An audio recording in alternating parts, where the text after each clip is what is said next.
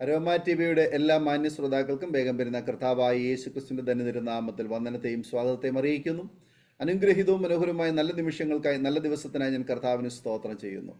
ഇന്ന് നമ്മുടെ ക്ഷണം സ്വീകരിച്ച് നമ്മോടൊപ്പം ജോയിൻ ചെയ്തിരിക്കുന്നത് കർത്താവിൻ്റെ വിലപ്പെട്ട ദാസൻ പാസ്റ്റർ TD ജോർജ് കുട്ടി അവറുകളാണ്.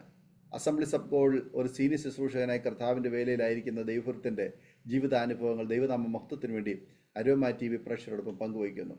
തൻ്റെ ജനിച്ചു വളർന്ന ജീവിത സാഹചര്യം മുതൽ ഇന്നേ വരെ തൻ്റെ ജീവിതത്തിലുണ്ടായിട്ടുള്ള ഒരുപാട് അനുഭവങ്ങളും ഓർമ്മകളും ദൈവം നടത്തിയ അത്ഭുതകരമായ വഴികളും കർത്താവിനെ കണ്ടുമുട്ടുന്നതിന് മുൻപ് തൻ്റെ ജീവിതത്തിൽ ഉണ്ടായിട്ടുള്ളതായ ഒരുപാട് പ്രതിസന്ധികളുടേതായ അനുഭവങ്ങൾ പ്രേക്ഷകരോടൊപ്പം പങ്കുവയ്ക്കുന്നു.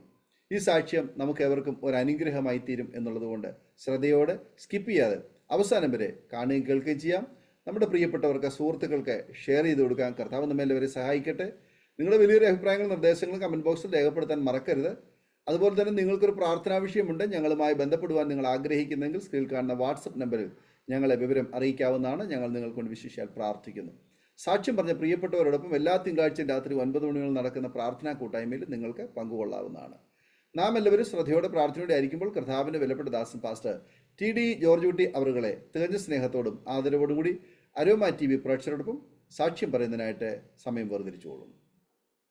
ദൈവനാമത്തിന് വീണ്ടും നന്ദിയോടെ സ്തോത്രം ചെയ്യുന്നു. ഇപ്രകാരം ജീവിതാനുഭവങ്ങളെ പങ്കുവയ്ക്കുവാനും സാക്ഷ്യങ്ങൾ പ്രസ്താവിപ്പാൻ തക്കവണ്ണം ഒരു അവസരം ഒരുക്കി തന്ന ദൈവദാസനും അതിനോട് ചേർന്ന് പ്രവർത്തിക്കുന്ന പ്രിയപ്പെട്ടവർക്കും ഞാൻ എൻ്റെ യേശുക്രിസ്തുവിൻ്റെ നാമത്തിലുള്ള സ്നേഹവന്ദനത്തെ അറിയിക്കുന്നു. എൻ്റെ ജീവിതാനുഭവം പങ്കുവയ്ക്കുന്നതിൽ സന്തോഷമുണ്ട്. അങ്ങനെ ചുരുക്കം സന്ദർഭങ്ങളെ ലഭിക്കാറുള്ളൂ. ശുശ്രൂഷയ്ക്ക് പോകുന്ന സ്ഥലങ്ങളിൽ സാക്ഷ്യത്തിന് കൂടുതൽ സമയം എടുക്കാതെ വചനത്തിൽ കൂടുതൽ ഊന്നിയാണ് നിൽക്കുന്നത്. എന്നാൽ ഇന്ന് ബാല്യം മുതലുള്ള കാര്യങ്ങളൊന്ന് അയവിറക്കുവാൻ എളിയവനും ഇതൊരു അവസരമായിരിക്കാൻ ഞാൻ ദൈവത്തെ സ്തുതിക്കുന്നു. ഞാൻ കുളനടയുടെ പ്രദേശത്താണ് എൻ്റെ പന്തളത്ത് കുളനട എന്ന് പറയുന്ന സ്ഥലത്താണ് എൻ്റെ ഭവനമെങ്കിലും എൻ്റെ ജനനം തന്നെ അത്ഭുതമായ നിലയിൽ പല കാര്യങ്ങളുണ്ട്. ഒന്ന്, അമ്മ വീട് ചെറിയനാട്ടാണ്. ചെറിയനാട്ടാണ് ജനിക്കേണ്ടി വന്നത്. ജനിച്ച് ചില ദിവസങ്ങൾ കഴിഞ്ഞപ്പോൾ തന്നെ എൻ്റെ മാതാവിന് അന്നത്തെ നിലയിൽ കഠിന ജ്വരം എന്ന് പറയുന്ന ഒരു രോഗം ബാധിച്ചു. അതുകൊണ്ട് വാസ്തവത്തിൽ മുലകുടി പോലും ലഭിച്ചതല്ല.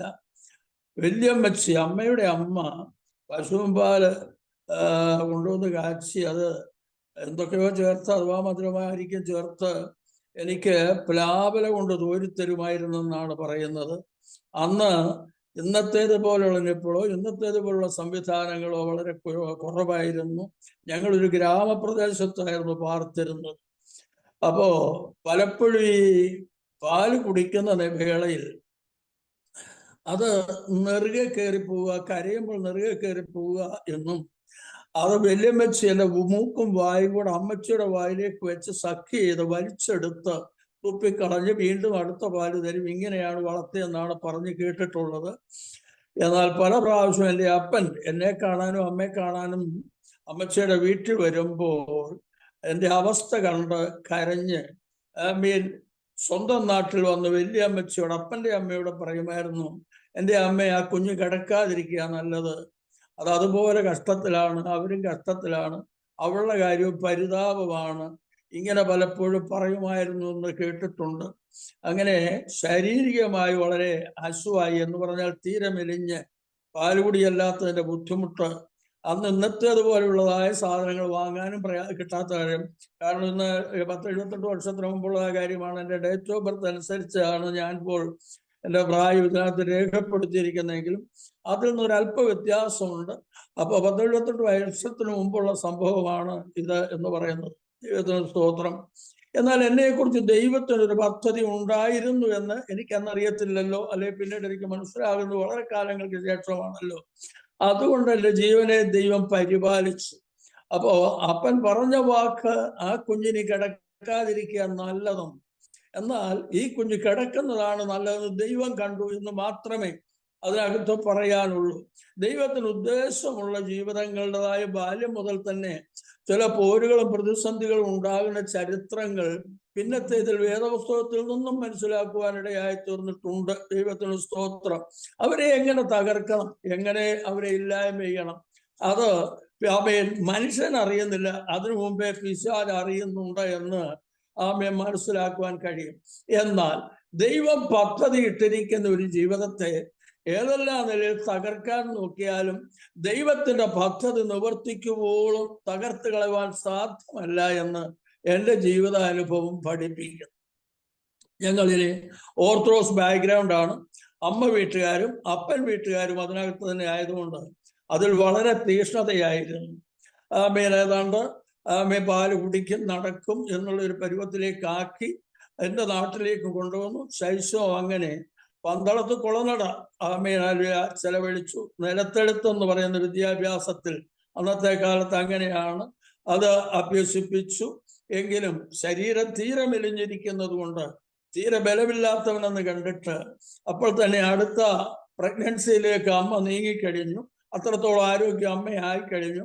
അപ്പൊ എൻ്റെ അമ്മയുടെ ജ്യേഷ്ഠത്തിയുടെ വീട്ടിൽ എരുമകളും മറ്റുമുണ്ട്. പാലിന് ദാരിദ്ര്യമൊന്നുമില്ല. അപ്പോ എന്നെ അങ്ങ് കൊണ്ടുപോയാലും എന്നെ രക്ഷപ്പെടുത്താമെന്ന് പറഞ്ഞ് വള്ളംകുളം എന്ന് പറയുന്ന തിരുവല്ലയ്ക്ക് അടുത്ത് വള്ളംകുളം എന്ന് പറയുന്ന സ്ഥലത്തേക്ക് എന്നെ കൊണ്ടുപോയി. അവരുടെ സംരക്ഷണയില് അവിടെ വളർത്തി ഏതാണ്ട് അല്പ പുഷ്ടിയൊക്കെ ആയപ്പോൾ ഇവിടുത്തെ നാട്ടിൽ എൻ്റെ വല്യപ്പച്ചൻ പറഞ്ഞു, എരുമയെ തീറ്റാനുള്ള കുഞ്ഞല്ല എൻ്റെ കുഞ്ഞ്, അവനെ വേഗത്തിൽ കൊണ്ടുവരണം, ഇവിടെ നിർത്തി വേണം വളർത്താൻ. അപ്പൊ പുഷ്ടി ആയപ്പോഴാണ് വല്യപ്പച്ചൻ ആ തോന്നലൊക്കെ തോന്നിയത്. അവിടെ എരുമയുള്ളതുകൊണ്ട് എരുമയൊക്കെ തീറ്റാൻ കൊണ്ടുപോയതാണോ എന്നുള്ള ചിന്ത വരെ വല്യപ്പച്ചന്റെ മനസ്സിൽ വന്നു. വല്യപ്പച്ചനെ ഞങ്ങൾ കൊച്ചുമക്കളെന്ന് പറഞ്ഞാൽ അങ്ങേയറ്റം വാത്സല്യമാണ്, താനും എപ്പോഴും കാണണമെന്ന് ആഗ്രഹമുണ്ട്. അങ്ങനെ 1-ാം ക്ലാസ് 2-ാം ക്ലാസ് 3-ാം ക്ലാസ് അവിടെ പഠിച്ചു. അപ്പോഴാണ് ഇവന് ഇച്ചിരി പുഷ്ടി ഉണ്ടെന്ന് തോന്നിയത്. അവിടുന്ന് ഓരോ പ്രാവശ്യത്തെ ആനുവൽ ലീവിന് വീട്ടിലേക്ക് കൊണ്ടുവരും, എല്ലാവരെയും കാണും, എല്ലാവരെയും കാണിക്കും. അങ്ങനെയുള്ളൊരു വലിയ സന്തോഷമൊക്കെ അനുഭവിക്കുമായിരുന്നു. ആ ആനുവൽ ലീവ് കഴിയുമ്പോഴത്തേക്ക് അടുത്ത വർഷാരംഭത്തിലേക്ക് വീണ്ടും അവിടെ കൊണ്ടുപോകും. അങ്ങനെ 3-ാം ക്ലാസ് വരെ ആയി. 3-ാം ക്ലാസ്സിലെ അവധിക്ക് വന്നപ്പോൾ പിന്നെ വിടത്തില്ലെന്നായി. അങ്ങനെ 4-ാം ക്ലാസ്സിലേക്ക് സർട്ടിഫിക്കറ്റ് വാങ്ങിച്ച് നാട്ടിൽ കുളനടയിലേക്ക് കൊണ്ടുവരുവാനിടയായിട്ടു. 4-ാം ക്ലാസ്സും 5-ാം ക്ലാസ്സും അങ്ങനെ അവിടെ ഒരു പ്രൈമറി സ്കൂളിൽ പഠിച്ചു. അതിനുശേഷം അവിടുന്ന് TC വാങ്ങിച്ച് അടുത്ത മിഡിൽ സ്കൂളിൽ 1st, 2nd, 3rdiലേക്കുള്ളതായ ആ പ്രവേശനത്തിന് ഇടയായി തീർന്നു. ഞാൻ പ്രായത്തെക്കുറിച്ച് പറഞ്ഞത്, ഈ TC വാങ്ങിക്കുന്ന കാലത്ത് എൻ്റെ ജ്യേഷ്ഠനും ഞാനും ഒരേ ക്ലാസ്സിലാണ് പഠിച്ചു കയറി വരുന്നത്. 2 വയസ്സ് വ്യത്യാസം ഉണ്ടെങ്കിലും ഒരേ ക്ലാസ്സിൽ പഠിച്ചു കയറി വരുവാനുണ്ട്. ജ്യേഷ്ഠൻ അപ്പോൾ പ്രായത്തിൽ മുന്നോട്ട് പോകുന്നു, വിദ്യാഭ്യാസത്തിൽ അല്പം പുറയിലെന്ന് കണ്ടിട്ട് ഞങ്ങളെ പരിചയമുള്ളവർ സ്നേഹിക്കുന്നതായ ഒരു ഹെഡ്മാഷായിരുന്നു തരുന്നത്. എൻ്റെ അപ്പൻ്റെ പേര് ദാനിയേൽ എന്നാണ്. ദാനിയേൽ ഈ ചേട്ടൻ്റെ പേര് വറീസിനെ ഇങ്ങനെ മുന്നോട്ട് കൊണ്ടുപോയാൽ ഏതെങ്കിലും ഒരു ജോലിയിലാണ് പ്രവേശിക്കണമെങ്കിൽ പ്രായത്തിന് ഒത്തിരി പ്രശ്നമൊക്കെ ഉണ്ടായേക്കാം. ഇവന്റെ പ്രായം ഒന്ന് കുറച്ച് ഇവിടെ വെച്ച് എഴുതിയിട്ടാൽ ഇന്ന് റെക്കോർഡ് ചെയ്ത് നിങ്ങൾക്ക് തരുന്ന TCക്കകത്തെ പ്രായമായിരിക്കും പിന്നെ മേലാലുള്ള പ്രായം. അതുകൊണ്ട് അങ്ങനെ ഒന്ന് ചെയ്താൽ എന്താണ് അഭിപ്രായം ചോദിച്ചപ്പോൾ സാറേ അങ്ങനെയാണെങ്കിൽ അങ്ങനെ ആട്ടെന്ന് പറഞ്ഞ് എൻ്റെ ജ്യേഷ്ഠന്റെ പ്രായം കുറച്ചിട്ടു. അപ്പോഴാണ് ഞാൻ മൂത്തതായത്. അപ്പൊ മൂത്തതായപ്പോ പിന്നെ എൻ്റെ പ്രായം കുടിച്ചിട്ട് കുറച്ചെങ്കിലേ അനിയനാകത്തുള്ളൂ. ആ നിലയിൽ എൻ്റെ പ്രായത്തിന് ഇച്ചിരി കുറവ് വന്നിട്ടുണ്ട്. ദൈവത്തിന് സ്തോത്രം. അത് ഹല്ലേലൂയ വിദ്യാഭ്യാസത്തിന് ബാധകമല്ലായിരുന്നു. തുടർന്നുള്ളതായ ക്ലാസ്സുകൾ 66-ലേക്ക് 65-ല് ഹല്ലേലൂയ 10-ാം ക്ലാസ്സിൽ വന്ന് അതിന് പരീക്ഷ എഴുതി 66-ലേക്ക് കടന്നു വന്നപ്പോൾ എന്നെ ഓട്ടോമൊബൈൽ എഞ്ചിനീയറിംഗ് എന്ന് പറയുന്നതിൻ്റെ 1st കോഴ്സിലേക്ക് ചേർക്കുവാൻ ഞാൻ നിർബന്ധിച്ചു.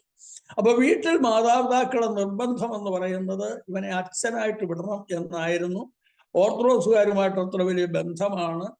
ആ ബന്ധത്തിനിടയിൽ അപ്പോൾ തന്നെ എൻ്റെ ഇളയത്തിങ്ങളായിട്ട് 1, 2, 3 എന്ന് 5 പേരൂടെ പിന്നെയും ദൈവം തന്നു. അങ്ങനെ ഞങ്ങൾ ടോട്ടലി 7 പേരുണ്ട്. ഞാൻ രണ്ടാമനാണ്. എൻ്റെ ഇളയത് 5 പേരുണ്ട്. അതിൽ 3 പെണ്ണ്, 2 ആണ്. ഈ നിലയിൽ അവരെ അന്നത്തെ സാഹചര്യം അനുസരിച്ച് വലിയ കർഷക കുടുംബമാണ്.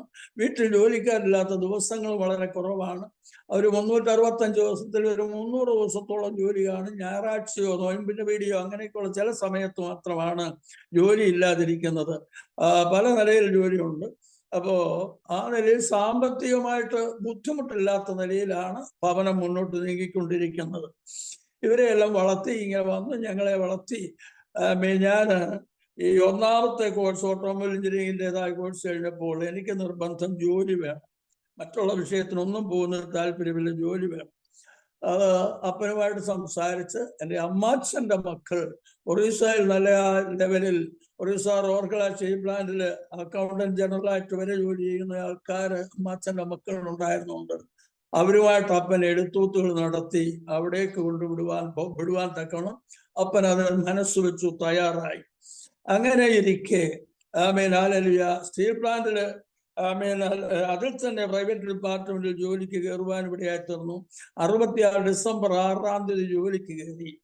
66 ഡിസംബർ 7-ാം തീയതി ജോലിക്ക് വേണ്ടി പോകുവാൻ ഒരുങ്ങുമ്പോൾ ഞങ്ങള് അന്നത്തെ താമസിക്കുന്ന ക്വാർട്ടേഴ്സിന്റെ ഗേറ്റ് ആയിട്ടില്ല, അതിന് വേലി കെട്ടി നിർത്തിയിരിക്കുകയാണ്. ഗേറ്റ് അഴിച്ചു മാറ്റിയാണ് പോകുന്നത്. അകത്ത് ബഗീച്ചയുണ്ട്, അകത്ത് പച്ചക്കറിത്തോട്ടമുണ്ട്. കന്നാലി അഴിച്ചു വിട്ടേക്കുന്നതുമായുണ്ട്. ആ കന്നാലി വന്നത് തിന്നുകളയായിരിക്കാൻ വേലി കെട്ടിയിട്ടുണ്ട്. രാവിലെ വെളുപ്പിന് എനിക്ക് ഷിഫ്റ്റാണ് ജോലി കിട്ടിയിരിക്കുന്നത്. രാവിലെ 6 തൊട്ട് ഉച്ചയ്ക്ക് 2 വരെ ജോലി ചെയ്താൽ മതി. ആ ഷിഫ്റ്റിന് പോകണമെങ്കിൽ ഇവിടുന്ന് ഒരു 3 മണി കഴിയുമ്പോൾ എണീക്കും. 4 മണിയാകുമ്പോഴത്തേക്കെങ്കിലും ഇറങ്ങിത്തിരിക്കും. കാരണം നടന്നു വേണം പോകാൻ. അന്ന് 7 മണിയാകാതെ ബസ് കിട്ടത്തില്ല. 6 മണിക്ക് ജോലിക്ക് കയറണം. 7 മണിക്കത്തെ ബസ്സിന് പോയാൽ ഒക്കത്തില്ല. നടന്നാണ് കമ്പനിയിലേക്ക് പോകുന്നത്. അപ്പൊ നടന്നു പോകണം. എല്ലാം ഒരുങ്ങി അല്പം നേരത്തെ തന്നെ ഇറങ്ങുമല്ലോ. ഈ വേലിയൊക്കെ അടിച്ചു. ഗേറ്റ് അഴിക്കുന്നതിന് അത് താമസമാണ്. ഡിസംബർ മാസം എന്ന് പറയുന്നത് ഏറ്റവും തണുപ്പുള്ള ഒരു സമയമാണ്. ഡിസംബർ, ജനുവരി, ഫെബ്രുവരി വളരെ തണുപ്പായതുകൊണ്ട് കൈയെല്ലാം പാൻറിന്റെ പോക്കറ്റിൽ വിട്ട് കഴുത്തെ മാപ്പിളയും ചുറ്റി തലയിലും ചുറ്റി ഇങ്ങനെയൊക്കെയാണ് പോകുന്ന വേഷങ്ങളൊക്കെ ആ നിലയിൽ തണുപ്പടിക്കാതിരിക്കത്തക്കവണ്ണം നടക്കാനായതുകൊണ്ട്. എന്നാൽ ഈ ഗേറ്റിന്റെ മേളിൽ കൂടെ കയറി അങ്ങ് ചാടിയച്ചാൽ എളുപ്പമുണ്ടെന്ന് വിചാരിച്ചൊന്ന് ചാടി. പക്ഷേ ഷൂവിന്റെ ലേസ് മേളിലൊരാണിയിൽ ഉടക്കി.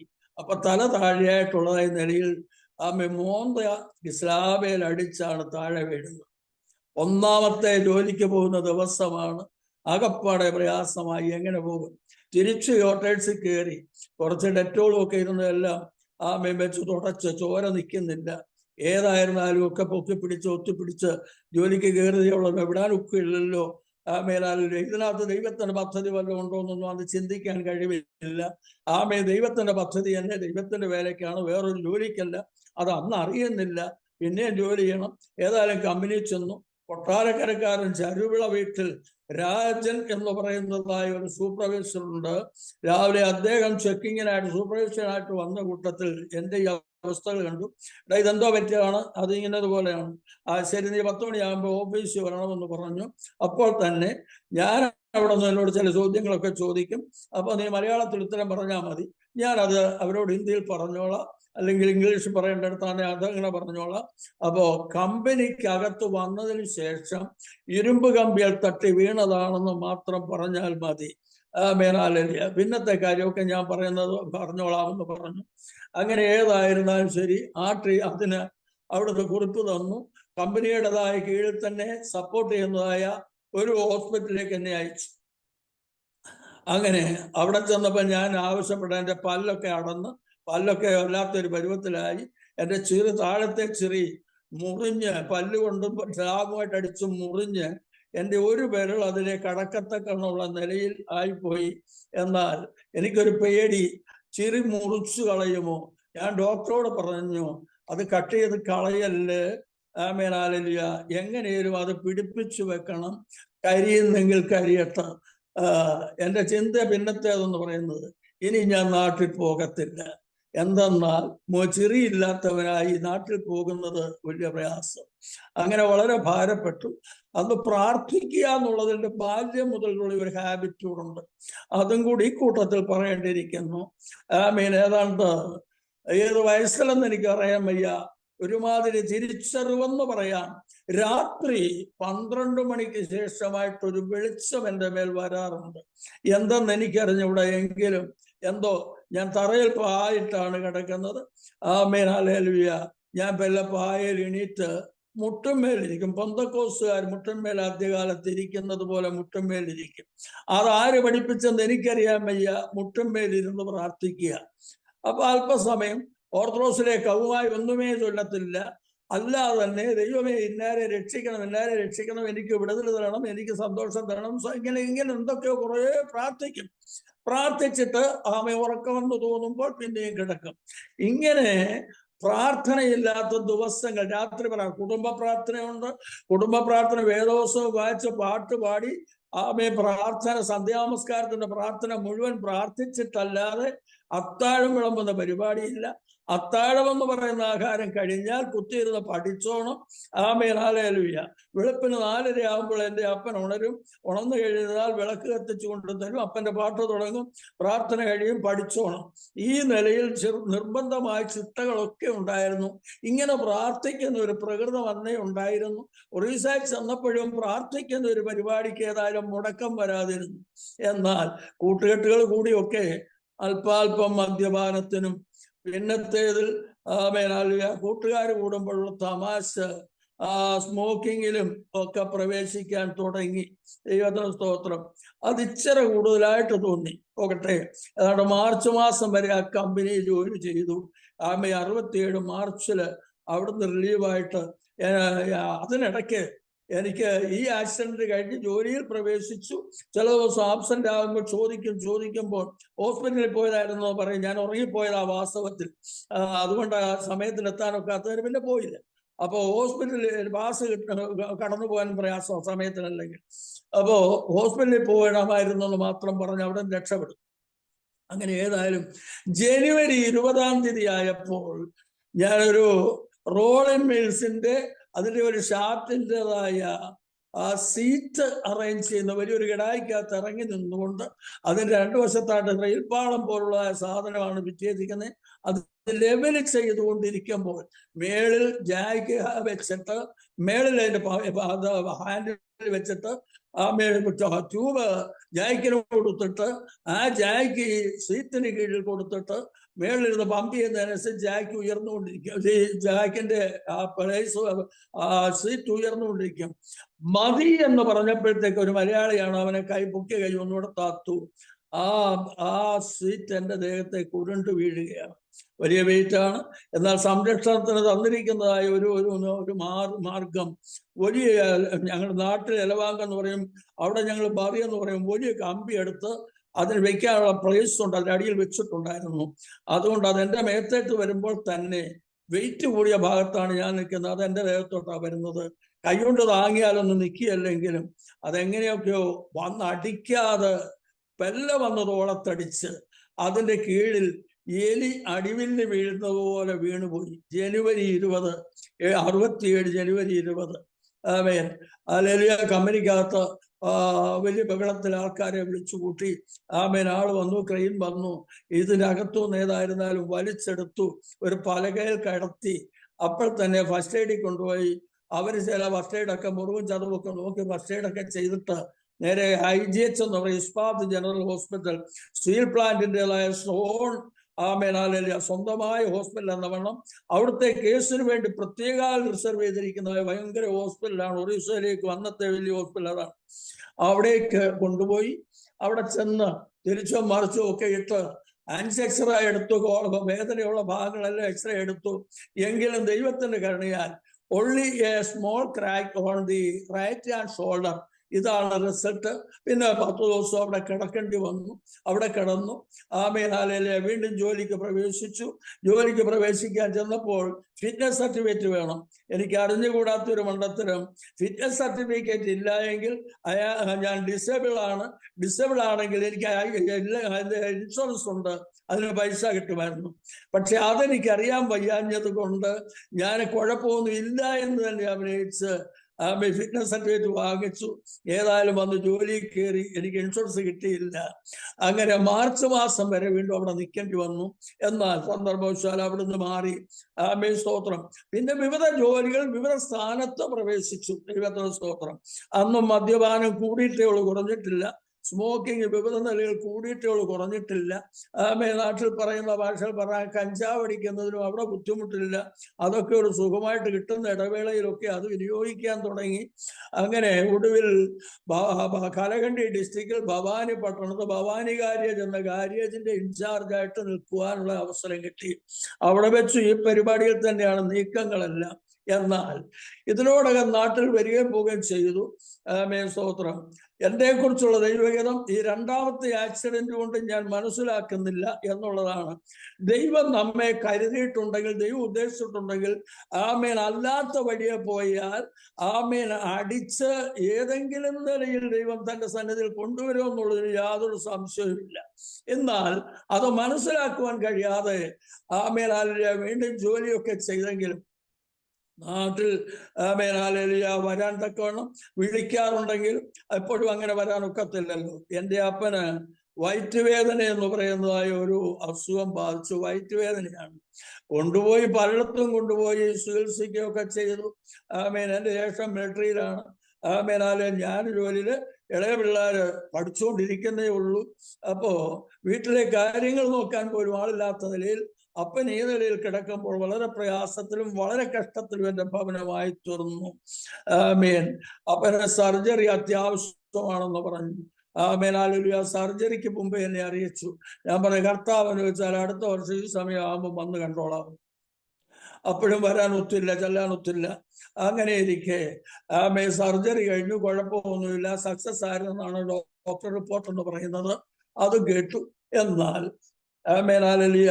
മുറിവ് കരിഞ്ഞ് വീട്ടിൽ കൊണ്ടുവന്നു. ആഹാരം കഴിക്കാൻ ബുദ്ധിമുട്ടാണ്. ആഹാരം കഴിച്ചാൽ ഇക്കൾ വരും. കഴിക്കാതിരിക്കാനൊക്കെ ഇക്കൾ വന്നാൽ അതിനേക്കാൾ പ്രയാസം. അങ്ങനെ വളരെ സീരിയസ് ആയി. ആഹാരം തീരെ കുറഞ്ഞു.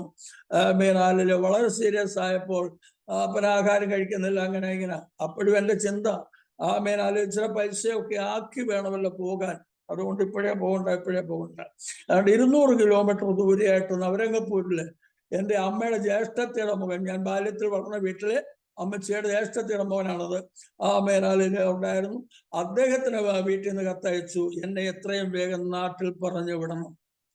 അദ്ദേഹം ഒരു ദിവസം വൈകിട്ട് കയറി വന്നു. ഞാൻ താമസിക്കുന്നിടത്ത് വന്നിട്ട് വിശേഷങ്ങളൊക്കെ തിരക്കി. ഞാൻ പറഞ്ഞു, വിശേഷമൊന്നുമില്ല. അപ്പൊ എൻ്റെ പപ്പായെ വിളിക്കുന്നത് കൊച്ചുപ്പാപ്പൻ എന്നാണ്. കൊച്ചുപ്പാപ്പൻ എങ്ങനെയുണ്ട്? ഞാൻ പറഞ്ഞു, ഇങ്ങനെ ഹോസ്പിറ്റലിൽ നിന്ന് വീട്ടിലാണ്, പിന്നെ നല്ല സുഖമില്ലെന്നൊക്കെ പറഞ്ഞു. എന്നാൽ നീ വീട്ടിൽ പോകുന്നില്ലയോ? ഞാനിപ്പോൾ പോകാൻ കാശില്ല. ഇതൊക്കെ പറഞ്ഞിട്ട് എടുക്കും. എന്നാൽ നേരം വെളുക്കുമ്പോൾ ഇവിടെ നിന്ന് ഇറങ്ങിക്കോണം. നാട്ടിൽ ചെന്നിട്ട് ബാക്കി കാര്യങ്ങൾ പറഞ്ഞാൽ മതി. ഇങ്ങോട്ട് എപ്പോൾ വരണമെന്ന് തോന്നുന്നു അന്നേരം എന്നെ അവിടേക്ക് എനിക്ക് കത്തയച്ചാൽ മതി, ഞാൻ പൈസ അയച്ചെന്നോളാം. അത് എൻ്റെ പോകാൻ ഇപ്പോൾ കാശൊന്നുമില്ല. കമ്പനിയിൽ ഞാൻ ജോലി ചെയ്ത കാര്യം എനിക്ക് കിട്ടാനുള്ള കിട്ടിയില്ല. എനിക്ക് പൈസ കിട്ടാൻ വളരെ ഉണ്ട്. എനിക്ക് പൈസ കൊടുക്കേണ്ടടുത്ത് താമസിച്ചിടത്ത് വ്യാപാട് കാശ് കൊടുക്കേണ്ടതായിട്ടുണ്ട്. എൻ്റെ കാശൊന്നുമില്ല. അപ്പോൾ അത് പറഞ്ഞു, ഞാൻ ആവശ്യത്തിന് കാശ് കൊണ്ടുവന്നിട്ടുണ്ട്. ഇനി ഒരു ദാക്ഷിണ്യമില്ല, ഇവിടെ നിൽക്കരുത്, പൊക്കോണം. അപ്പോൾ അന്നത്തെ കാലത്തുള്ള സംവിധാനം അനുസരിച്ച് നടക്കുന്നതായ ചെറുപ്പത്തിൽ വഴക്കും വയ്യാവേലിയും ഒക്കെ കുറച്ചുണ്ട്. വഴക്കിന് പോകുന്നപ്പോഴും ചില കത്തിപ്രയോഗങ്ങൾക്കുള്ളതായ സംവിധാനങ്ങളിലൂടെയൊക്കെയാണ് പോകുന്നത്. അത് ഞാൻ സാധാരണ സാക്ഷ്യത്തിൽ പറയാറില്ല. എന്നാൽ ആ കാലങ്ങളിൽ എല്ലാ സാധനങ്ങളും അവിടെ ഇട്ട് ഒരു പുതിയ പുസ്തകം കയ്യിലുണ്ടായിരുന്നു, അതുവരെ അവിടെ വെച്ച് അത്യാവശ്യമുള്ള ഡ്രസ്സ് മാത്രം എടുത്ത് അടുത്ത ദിവസം തന്നെ ബസ് പോയിന്റിൽ ചെന്നിട്ട് റെയിൽവേ സ്റ്റേഷനുള്ള ബസ് പിടിച്ചിട്ട് ആ നിലയിൽ നാട്ടിലേക്ക് എത്തിയപ്പോൾ അപ്പൻ വളരെ സീരിയസ് ആണ്, വളരെ ഭാരമായി, പ്രയാസമായി. ഏതായാലും ഒന്നുകൂടെ കൊണ്ടുപോയി നോക്കാം. വീണ്ടും അതേ ഹോസ്പിറ്റലിൽ കൊണ്ടുപോയി 12 NSS മെഡിക്കൽ മിഷനിലാണ്. അവിടെ പിന്നെയും കൊണ്ടുപോയി അവർ വീണ്ടും ഇതൊക്കെ ഒത്തിരിയൊക്കെ നോക്കി. കുറച്ച് ദിവസം കൂടെ അവിടെ ഇട്ടിരുന്നു.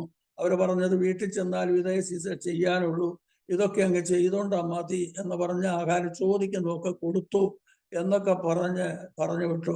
അപ്പൊ ഹോസ്പിറ്റലിൽ നിൽക്കുന്ന കൂട്ടത്തിൽ ഞാൻ ഇങ്ങനെ ഒരു വാക്ക് പറഞ്ഞു, അച്ഛാ എനിക്ക് ജോലിക്ക് പോകണ്ടായോ എങ്ങനെയാ? അപ്പോൾ കണ്ണ് നിറഞ്ഞിട്ട് എൻ്റെ അപ്പൻ പറഞ്ഞൊരു വാക്ക്, ഒരുത്തനോ പട്ടാളത്തിലാണ്, അവൻ അവധിക്ക് എഴുതി കൊടുത്തിട്ട് കിട്ടുന്നില്ല, ഒരുത്തരെങ്കിലും എൻ്റെ അടുക്കൽ വന്നല്ലോ എന്ന് ഞാൻ സമാധാനിച്ചു. നീയും പോവാണോ? നീ പൊക്കൂ എന്നൊരു വാക്ക് പറഞ്ഞു. അന്ന് എന്തുകൊണ്ടെന്ന് എനിക്കറിയാമേ, ഞാൻ പറഞ്ഞു ഞാൻ ഇനി ഒരു ജോലിക്കും പോകുന്നില്ല. അപ്പൻ്റെ ആ വാക്കിന്റെ മുന്നിൽ പറഞ്ഞ വാക്ക് ഇതാണ്.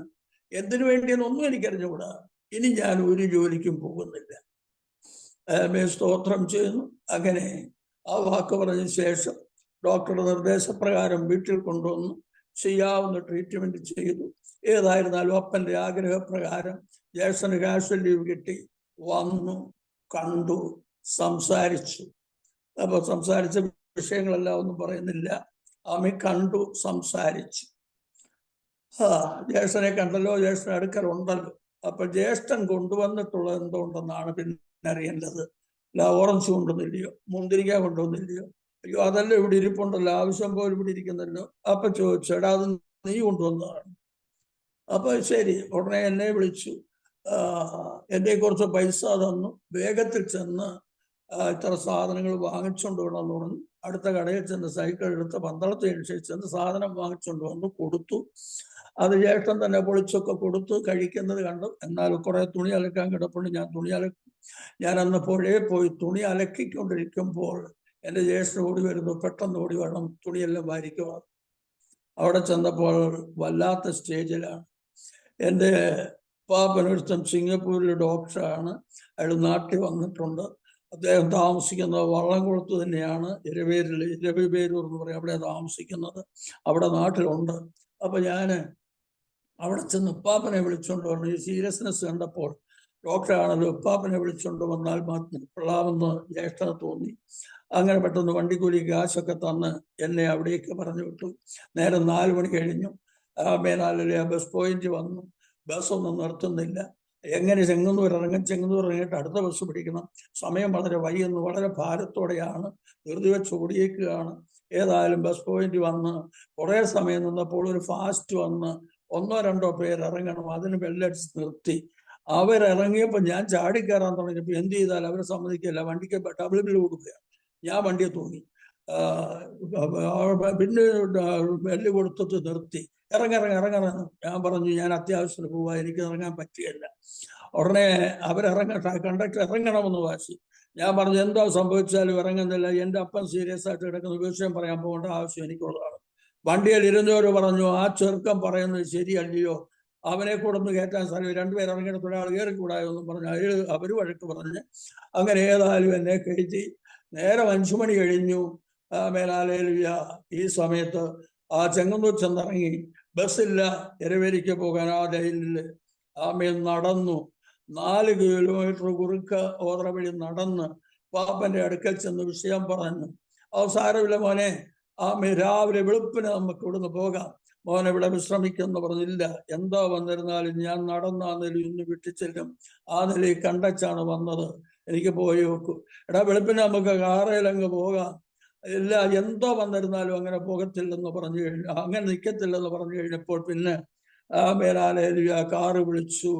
രാമേൽ അവിടുന്ന് സന്ധ്യ കഴിഞ്ഞപ്പോൾ ഇറങ്ങി. വീട്ടിൽ വന്നപ്പോൾ പെട്രോൾ മാക്സ് തൂക്കിയിട്ടേക്കുന്നതായ നില റോഡിൽ നിന്നുകൊണ്ട് കണ്ടു. അപ്പോഴേ ഞാൻ പാപ്പനോടും ഒക്കെ പറഞ്ഞു, തീർന്നു, എൻ്റെ അപ്പം പോയി എന്ന് പറഞ്ഞ് ആമേൻ വേദനയോടെ വീട്ടിൽ കയറി ചെന്നു. ദൈവത്തിന് സ്തോത്രം. അങ്ങനെ സ്നേഹനിധിയായ എൻ്റെ പിതാവ് ആമേൻ 1970 നവംബർ മാസം 3-ാം തീയതി ഈ ലോകത്തിൽ യാത്ര പറഞ്ഞു. എൻ്റെ ഏജൻസിയിൽ കാഷ്വൽ ലീവിന് വന്നതാണ്. പള്ളിയിലെ ശുശ്രൂഷകൾ മുഴുവനും നിവർത്തിച്ചനന്തരം അദ്ദേഹം ഭാര്യയുമായിട്ട് മേലാലേലിയ പോകാനുള്ള ഒരു ക്രമീകരണം ഒരുക്കി. അദ്ദേഹം വീണ്ടും മടങ്ങിപ്പോയി. ഒരു കുഞ്ഞുണ്ട് ജ്യേഷ്ഠന്. കുഞ്ഞിനെയൊക്കെ ആയിട്ട് അദ്ദേഹം മടങ്ങിപ്പോയി. ഇളയ 5 പിള്ളേരുടെ ചുമതലയും വിധവയായ എൻ്റെ അമ്മയുടെ ചുമതലയും നോക്കാൻ ആരുമില്ലാത്ത ഒരു അന്തരീക്ഷത്തിലേക്ക് നീങ്ങിയപ്പോൾ ഇട്ടെറിഞ്ഞോടുവാൻ എനിക്ക് മനസ്സാകുന്നില്ല. വസ്തുക്കളുണ്ട്, ജോലിക്കാരെ നിർത്തിയാലും ഞാൻ കൂടെ നിന്ന് ജോലി ചെയ്താണ് കാര്യങ്ങൾ നടത്തേണ്ടത്. അങ്ങനെ സ്തോത്രം 70 നവംബർ മാസം മുതൽ ചുമതല മുഴുവനും എൻ്റെ തോളിന്മേൽ വന്നു. സ്തോത്രം. ജ്യേഷ്ഠന് ഇതൊരു വിഷയമേ അല്ല. അന്ന് മിലിറ്ററിയിലെ ശമ്പളമൊക്കെ വളരെ കുറവാണ്. തൻ്റെ കുടുംബത്തിന് ജീവിക്കാനുള്ള ശമ്പളമേ ഉള്ളൂ എന്നുള്ളൊരു നിലയിൽ മാത്രമായിട്ടാണ് ജ്യേഷ്ഠന്റെ പെരുമാറ്റങ്ങൾ വന്നത്. വളരെ വേദനയോടെ രാവും പകലും ലാവുവട്ടം നോക്കി മരത്തിന്റെ തണലില്ലാത്തടം രാത്രികാലം കളിച്ചും മരത്തിന് പകൽക്കാലം മരത്തണലുള്ള ഭാഗങ്ങൾ കളിച്ചും ഒപ്പം തന്നെ വേലക്കാരെ നിർത്തേണ്ട സമയത്ത് വേലക്കാരെ നിർത്തിയും ഒരു കണക്കിൽ ഹല്ലേലൂയ കുടുംബത്തെ പരിപാലിക്കുവാൻ ദൈവം എങ്ങനെയോ എനിക്ക് കൃപ ചെയ്തു. എങ്ങനെയെന്ന് എനിക്ക് അറിഞ്ഞുകൂടാ. ഏതായാലും കടഭാരം കൂടാതെ അതിനിടയ്ക്ക് ഒരു അപ്പൻ്റെ ഒരു അമ്മാച്ചൻ വന്നു. ഒരു 25 രൂപ എൻ്റെ അമ്മയുടെ കൊടുത്തിട്ടാണ് പോയത്. അമ്മ പറഞ്ഞു, ഇതുകൊണ്ട് നമുക്കൊരു ആട്ടുകുട്ടിയെ വാങ്ങിക്കാം. ആട്ടുകുട്ടിയെ വാങ്ങിക്കാനുള്ളതായ തയ്യാറെടുപ്പിലായി. വേണ്ടപ്പെട്ട വീട്ടിൽ ചെന്ന് ഏതായാലും ഒരു ആട്ടുകുട്ടി 25 രൂപയ്ക്ക് കൊടുക്കുന്ന അവിടെ ചെന്ന് വാങ്ങിച്ചു. 2 രൂപ എൻ്റെ അനിയനെ വിട്ട അനിയൻ്റെ തിരികെ കൊടുത്തു. അവൻ ആട്ടുകുട്ടി അവിടെ നിന്ന് എടുത്ത് നടന്നു. ആട്ടുകുട്ടിയെ നടത്തി. ഇങ്ങനെയൊക്കെ ആയിട്ട് ഏതായാലും വൈകുന്നതിന് മുമ്പേ വീട്ടിൽ വന്നു. അതിനെ ലാളിച്ചു കൂടെ കിടത്തി വളർത്തിയതായിരുന്നാലും ആ ഒരു ആട് ഞങ്ങളുടെ ജീവിതത്തിൽ ഒരു വലിയ അനുഗ്രഹമായിരുന്നു എന്ന് പറഞ്ഞാൽ അത്രത്തോളം അത് പ്രസവിക്കുകയും ചെയ്തു. പ്രസവിക്കുമ്പോൾ 2-3 കുട്ടികളായി. അങ്ങനെ ഒരു വലിയ സപ്പോർട്ടായിട്ട് അത് മാറി. പശുവിനെ വളർത്തുന്നുണ്ടായിരുന്നു. പശുവിൻ്റെ ആദായങ്ങളൊന്നും ലഭിക്കാത്തൊരു കാലയളവായിട്ട് മാറിയിരിക്കുകയായിരുന്നു. എന്താണെന്ന് അറിഞ്ഞുകൂടാ. ഇതിനിടയ്ക്ക് അപ്പനുള്ള കാലത്ത് കഷ്ടങ്ങളും പ്രയാസങ്ങളും വന്നു. ഒരു പറന്തലച്ഛൻ എന്ന് പറഞ്ഞ ഒരു അച്ഛനുണ്ട്. അച്ഛൻ എന്നെ ചെന്ന് കണ്ടാൽ പരിഹാരമുണ്ടെന്ന് ആരോ പറഞ്ഞിട്ട് അച്ഛൻ്റെ അടുക്കൽ, എൻ്റെ അപ്പൻ മരിക്കുന്ന മുമ്പുള്ള കാര്യമാണ്, അച്ഛൻ്റെ അടുക്കൽ പോയി. അച്ഛൻ പറഞ്ഞു, ഇങ്ങനെ വിചാരമാണ് ഇതിൻ്റെ പിന്നിലുള്ളത്. അത് ചെയ്തു വെച്ചിരിക്കുന്ന ഭാഗങ്ങളുണ്ട്. അതെടുത്ത് മാറ്റിയാലേ ഈ ഭവനത്തിനൊരു ഐശ്വര്യം വരത്തുള്ളൂ. അച്ഛൻ അത് നമ്മളെങ്ങനെ എടുക്കും? നമുക്ക് അറിഞ്ഞുകൂടാല്ലോ. അച്ഛൻ വരുമോ? ഇല്ല, ഞാൻ അങ്ങനെ പോകത്തില്ല. പിന്നെ തേവൻ ബ്രാത്തി എന്ന് പറയുന്ന ഒരുത്തൻ ഇന്ന ഭാഗത്തുണ്ട്, ഇന്നതാണ് അവന്റെ വഴി എന്നും പറഞ്ഞ് അദ്ദേഹം പരിചയപ്പെടുത്തി. അച്ഛൻ അത് നമുക്ക് ദോഷമല്ലയോ? ഉടനെ പറഞ്ഞു, ദാനിയേലേ, നിന്റെ നിന്റെ വാതിക്കൽ ഒരു പട്ടി എത്തി കിടന്നാൽ അതിനെ കുടിച്ചിടണ്ടായോ? അല്ല, നിനക്ക് കഴിവില്ലെങ്കിൽ നീ ഒരു വേലക്കാരനെ വിളിച്ചതങ്ങ് ചെയ്യുന്നതിന് ദോഷമൊന്നുമില്ലല്ലോ. നീ ആർക്കും ദോഷം ചെയ്യണ്ട. എന്നാൽ ആ തേവനെ വിളിച്ച് അതങ്ങ് എടുപ്പിച്ചേച്ചാ മതി എന്ന് പറഞ്ഞു. അച്ഛൻ്റെ വാക്ക് കേട്ട പരിപാടിയിൽ ഒത്തിരിയൊക്കെ ചെലവ് ചെയ്തു. എന്തൊക്കെയോ കുടിച്ചെടുത്തു. മന്ത്രവാദത്തിന്റെ ഒരു ട്രിക്ക് എന്ന് പറയുന്നത് മനസ്സിലാക്കിയത് പിന്നത്തേതിലാണ്. ആർക്കെങ്കിലും ദോഷം ചെയ്യണമെന്ന് വിചാരിച്ചാൽ ഒരു ആഭിചാരകനെ കണ്ട് ദോഷം ചെയ്ത് വല്ലതുമൊക്കെ കുഴിച്ചുടിക്കുകയൊക്കെ ചെയ്താൽ ആരാണ് ചെയ്തതെന്നൊന്നും അറിയുന്നില്ല. ഹല്ലേലൂയ. കഷ്ടപ്പെടുന്നവര് പിന്നെ പ്രശ്നം അറിയാൻ ഒരു പക്ഷേ ഈ മന്ത്രവാദികളുടെ അടുക്കൽ അയാൾക്കും പോയിരുന്നത്. അയാൾ അയൽവക്കക്കാരുടെ വിഷയങ്ങളും ഉപദ്രവിക്കുന്ന വിഷയങ്ങളും ഒക്കെ ആയിട്ട് കുറെ വിശദീകരണങ്ങളൊക്കെ പറയും. പിന്നെ നീക്കുപോക്കെന്ന് പറയുന്നത് അത് എടുത്തു കളയണം. അതിന് ഒരുക്കങ്ങൾ കാര്യങ്ങൾ കുറെ ഉണ്ട്, അതൊന്നും വിവരിക്കുന്നില്ല. അതിനുള്ള കാര്യങ്ങൾ ചെലവ് ചെയ്യണം. ഇതെല്ലാം പറഞ്ഞു വലിയ അഭിനയങ്ങൾ ഇതിന്റെ മുന്നിൽ ചമ്പരം പടിഞ്ഞിരുന്ന് ചെയ്ത് ഹല്ലേലൂയ അവന്റെ സേവ ഇറങ്ങി വരുന്നതായിട്ടൊക്കെ അഭിനയിച്ച് ഇന്ന ഭാഗത്ത് ഇന്നത് കുഴിച്ചിട്ടിട്ടുണ്ട്. അത് എടുത്തു മാറ്റണം. ഹല്ലേലൂയ. എടുത്തു മാറ്റണമെങ്കിൽ അതിനൊരു അവധി കാണണം. അവധി കണ്ട് പിന്നെ അതിനൊരു ഒരുക്ക് വേണം. അതിന് പിന്നെ 2 കമ്പിപ്പാരിയൊക്കെ കരുതിക്കൊള്ളണം. നല്ല കൂന്താലി വേണം എന്നൊക്കെ പറഞ്ഞ് അതിന് പിന്നെ ഒരു ചുരുക്കം പറഞ്ഞ അവൻ കുഴിച്ചിടിച്ചത് അല്ലെങ്കിൽ അവൻ കുഴിച്ചിട്ട സാധനങ്ങളാണ്.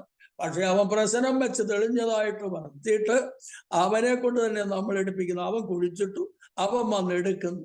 കുഴിച്ചിടിയിപ്പിച്ചവരുടെ അവൻ കാശ് വാങ്ങിച്ചു. പിന്നെ നമ്മുടെ വീട്ടിൽ വന്നിരുന്നാൽ ഇത് കണ്ടുപിടിക്കേണ്ടതിന് അതിൻ്റെതായ കാര്യങ്ങൾ സംഭവങ്ങൾ അറിയേണ്ടതിനൊരുക്ക്, പിന്നെ അത് എടുത്തു മാറ്റേണ്ടതിനൊരുക്ക്. ഇതിന്റെ എല്ലാം പൈസ വാങ്ങിച്ച് ഗുണം പിടിക്കാതെ അവൻ പോകുന്നെങ്കിലും അവനത് നിർത്തത്തില്ല. അപ്പൊ ഒന്ന് മനസ്സിലായി. പിന്നത്തേതിലാണ് ഇതൊക്കെ മനസ്സിലാകുന്നത്. ഇവരൊക്കെ തന്നെയാണ് ചെയ്യുന്നതും ഇവരൊക്കെ തന്നെയാണ് എടുക്കുന്നത്. ദൈവത്തിന് സ്തോത്രം. വല്ല ഐശ്വര്യം വരുമോ, വല്ലതും ഗുണം പിടിക്കുമോ, ഒന്നുമില്ല. ആമേൻ, ഹല്ലേലൂയ. അങ്ങനെ ഈ കാര്യങ്ങളെല്ലാം കഴിഞ്ഞാണ് അപ്പൻ്റെതായ ഈ ലോകത്തിൽ മരിച്ചു പോകുന്നത്. സ്നേഹനിധിയായ അപ്പൻ ആ നിലയിൽ മരിച്ചു കഴിഞ്ഞു. ആമേൻ. ഞാൻ ജോലിക്ക് പോകണമെന്ന് ആഗ്രഹിച്ചു. ആമേൻ. വേണ്ടതുപോലെ പിന്നെ അത് കഴിഞ്ഞിട്ടില്ല. ആമേൻ, സ്തോത്രം. ഭവനത്തിൽ കഷ്ടതയായി, അമ്മയ്ക്ക് സൗഖ്യമില്ലാതെയായി. ആമേൻ. അപ്പോൾ വേദന കൂടി. ആമേൻ. പെൺപിള്ളാരിൽ നേരെ എൻ്റെ ഇളയതെന്ന് പറയുന്ന ഒരു കല്യാണ പ്രായമായി. വേണ്ടുന്ന സമ്പാദ്യങ്ങളില്ല. അവളെ കെട്ടിക്കാൻ അപ്പൻ ഉണ്ടാക്കിയ ബാങ്കിലിട്ടുന്ന കാശെടുത്താണ് അപ്പൻ്റെ ചികിത്സയ്ക്ക് ചെലവഴിച്ചുകൊണ്ടിരുന്നത്. അതും തീർന്നു. വല്ലാത്തൊരു സ്റ്റേജിലെത്തിയിരിക്കുകയാണ്. ഏതായിരുന്നാലും സ്തോത്രം, ഞങ്ങളുടെ അടുത്തുള്ള ഓർത്തഡോക്സുകാരായ സ്നേഹിതര്, അവരുടെ ആരോ ബന്ധക്കോസ്തരുണ്ട്. ഞാൻ ഏറ്റവും വെറുത്ത മന്ത്രവാദികളുടെ ഈ പ്രശ്നങ്ങൾ പഠിച്ചതിന് ശേഷം ഏറ്റവും വെറുത്ത ഒരു വിഭാഗമാണ് മന്ത്രവാദികൾ. രണ്ട് പെന്തക്കോസ്തുകാരെ ഏറ്റവും നിന്ദിച്ച് അപമാനിച്ച് സംസാരിക്കുന്നതും. അടുത്തൊരു കൊണ്ട് അവരുടേതായ കൂട്ടായ്മയ്ക്കെതിരെ മറുവശം മാറിയുള്ള പാട്ട് പാടുകയും ഒക്കെ ചെയ്ത ആക്ഷേപിക്കുന്ന ഒരു വല്ലാത്ത ഒരു അവസ്ഥ ഉണ്ടായിരുന്നു. പാസ്റ്റർമാര് നടക്കുകയാണ്. ആണുങ്ങൾ വീട്ടിലില്ലാത്ത സമയത്ത് വീട്ടിൽ കയറി സഹോദരി സുഖമാണോ സന്തോഷമാണോ തിരക്കി ഹല്ലേലൂയ കർത്താവിന് വേണ്ടി വേർതിരിക്കുന്ന വിഷയങ്ങളൊക്കെ പറഞ്ഞ് അവരെ വഞ്ചിച്ച് കൊണ്ടുപോകുന്ന ഒരു പ്രകൃതിയാണ് പെന്തക്കോസ്തുകാർക്കെന്നും പാസ്റ്റർമാർക്കെന്നും ഉള്ളത് ചിന്തിച്ചു. മാത്രമല്ല, ഭർത്താവ് അറിയാത്ത പൈസ വല്ലതും ഉണ്ടെങ്കിൽ ഒരു ഉപദേശിയല്ലയോ വന്നതെന്ന് പറയുന്ന ഉപദേശി എന്നാ പാസ്റ്റർമാരെന്ന് പറയത്തില്ല. ഉപദേശിക്ക് വല്ലതും കൊടുക്കാതെ വിടുന്ന ദോഷമല്ലയോ? പാവപ്പെട്ട സഹോദരിമാർ അതെടുത്തു കൊടുക്കും, അതും കീശയിലിട്ടുണ്ട് പോകും. അപ്പൊ ഇവരിങ്ങനെ വഴിയെ നടക്കുമ്പോഴും നടക്കുക, തടിയൊക്കെ കണ്ടില്ലയോ, പെണ്ണുങ്ങളെ കളിപ്പിച്ച് തിന്നുകൊണ്ട് നടക്കുക, ഇവനൊക്കെ പോയി പട്ടാളത്തിലെ കാണാൻ ചേരരുതോ? ഇതൊക്കെയാണ് എൻ്റെ ഭാഷകൾ. പിന്നെ പാടുന്ന പാട്ടുകളൊന്നും നമുക്കിന്ന് ഈ സ്റ്റേജിൽ പോലും പറയാൻ കൊള്ളുകയില്ല. ആ നിലയിൽ എനിക്ക് കൂട്ടുകാർ കൂടി അവരെ നിന്ദിക്കുക, കളിയാക്കുക. ഈ നിലയിൽ ഇരിക്കുന്ന ഒരു കാലത്താണ് അടുത്തൊരു പെന്തക്കോസ്തുകാരൻ പറയുന്നത്. പെന്തക്കോസ്തുകാരല്ല, അവരുടെ വേണ്ടപ്പെട്ടവരുള്ള പെന്തക്കോസ്തില് എങ്കിലും പറയുന്നത്, കോട്ടയത്ത് അരീപ്പറമ്പില് ഒരു ഉപദേശിയുണ്ട്, ഈ പ്രശ്നത്തിനെല്ലാം പരിഹാരമുണ്ട്. പെന്തക്കോസ്തുകാരെ ഇഷ്ടമല്ല, പിന്നെ ഉപദേശി എങ്ങനെ ഇഷ്ടപ്പെടാനൊക്കും? ഉപദേശിയെ ഇഷ്ടപ്പെടാനൊക്കുമോ? നിർവാഹമില്ലാതെ വന്നപ്പോൾ, വിശ്വാസം അല്ലെങ്കിൽ തന്നെയും എൻ്റെ ഒരു സ്നേഹിതനെ ഞാൻ അമ്മയ്ക്ക് കൂട്ടുവിട്ടിട്ട് അമ്മയും ആ സ്നേഹിതനെയും കൂടെ കോട്ടയത്ത് അരീപ്പറമ്പിൽ അഡ്രസ്സ് പിടിച്ചേതായിരുന്നാലും അവിടെ എത്തി പറഞ്ഞിട്ടു. അവിടെ ചെന്ന് കാര്യങ്ങൾ പറഞ്ഞപ്പോൾ വീട്ടിൽ നടക്കുന്ന സംഭവങ്ങൾ മുഴുവനും, അനുഭവിച്ച ക്ലേശങ്ങൾ മുഴുവനും ആ കർത്താവിന്റെ ദാസൻ എൻ്റെ അമ്മയോടായിട്ട് സംസാരിച്ചു. അപ്പോൾ തന്നെ ജോലി വിട്ട് വീട്ടിൽ നിൽക്കുന്ന ഒരു മോനുണ്ടല്ലോ, അവന് തെറ്റം വരാൻ പറയണം, അവനെ കുറിച്ച് പറയാനുള്ളത് പറയാൻ എന്ന് പ്രത്യേകം പറഞ്ഞു. അങ്ങനെയെല്ലാം പറഞ്ഞു. ഏതായിരുന്നാലും അമ്മയും ആ കൂട്ടുകാരനും കൂടെ വീട്ടിൽ വന്നു, കാര്യങ്ങളെല്ലാം പറഞ്ഞു. മോനെ, അതുകൊണ്ട് നീ അത്യാവശ്യമായിട്ട് പോണം, പോണം എന്ന് പറഞ്ഞ് നിർബന്ധിച്ച് ഏതായിരുന്നാലും ഞാൻ അവിടേക്ക് പോയി. ഈ വീട്ടിലെ സംഭവങ്ങളും ജോലി വിട്ട വിഷയങ്ങളുമായിട്ട് കുറെ കാര്യങ്ങൾ, വീട്ടിലെ കാര്യങ്ങൾ അദ്ദേഹവും പറഞ്ഞു. ഞാൻ ചോദിച്ചു, ഉപദേശി അതിന് പോകാൻ വഴി എന്തുവാ? ഉപവാസത്താലും പ്രാർത്ഥനയാലും അല്ലാതെ ഈ ജാതി നീങ്ങിപ്പോകയില്ല. അപ്പോ ഉപവാസം എന്താണ്? ഞാന് 50 നോക്കുന്ന കൂട്ടത്തിലാണ്. ഹല്ലേലൂയ. അതാണ് ഏറ്റവും പ്രധാനം. 25 നോയമ്പിലൊക്കെ പ്രവേശിക്കത്തേ ഉള്ളൂ. 8 നോയമ്പ്, 3 നോയമ്പ്, 15 നോയമ്പ് ഇതിലൊക്കെ പ്രവേശിക്കത്തേ ഉള്ളൂ. ഹല്ലേലൂയ. എന്നാൽ 50 നോയമ്പിന് വളരെ പ്രാധാന്യമുണ്ട്. ഈസ്റ്റർ വരെയുള്ള ദിവസങ്ങൾ ഇതിലെല്ലാം പോകുന്ന ഒരാളാണ് ഞാൻ. ഇനി ഉപവാസം എന്താണ്? അതൊന്നുമല്ല ഉപവാസം എന്താണെന്ന് കുറച്ച് അദ്ദേഹം വിശദീകരിച്ചു. അപ്പൊ ഞാൻ ചോദിക്കുന്നു, ഇതിന് അത് കുറച്ച് ദിവസം ഇവിടെ ഇരുന്ന് ഉപവസിച്ച് പ്രാർത്ഥന, അത് വീട്ടിലിരുന്നാലോ? തൽക്കാലം വീട്ടിൽ ഉപവസിച്ചാൽ ഒക്കത്തില്ല. ആരാധന ഉള്ളിടത്ത് പോയിരുന്ന് ഉപവസിച്ചേ ഒക്കുള്ളൂ. അപ്പൊ അടുത്ത പെന്തക്കോസ്തില് എങ്ങും പോകാൻ മനസ്സില്ലല്ലോ. എന്നാൽ ഇവിടെ തന്നെ വന്നാലോ? ഇവിടെ ഒരു 7 ദിവസം ഇരുന്നിട്ട് പിന്നെ ബാക്കി എന്ന് പറഞ്ഞു. പിന്നെ അതിന് ചെലവെന്തോണ്ടെന്ന് ചോദിച്ചു.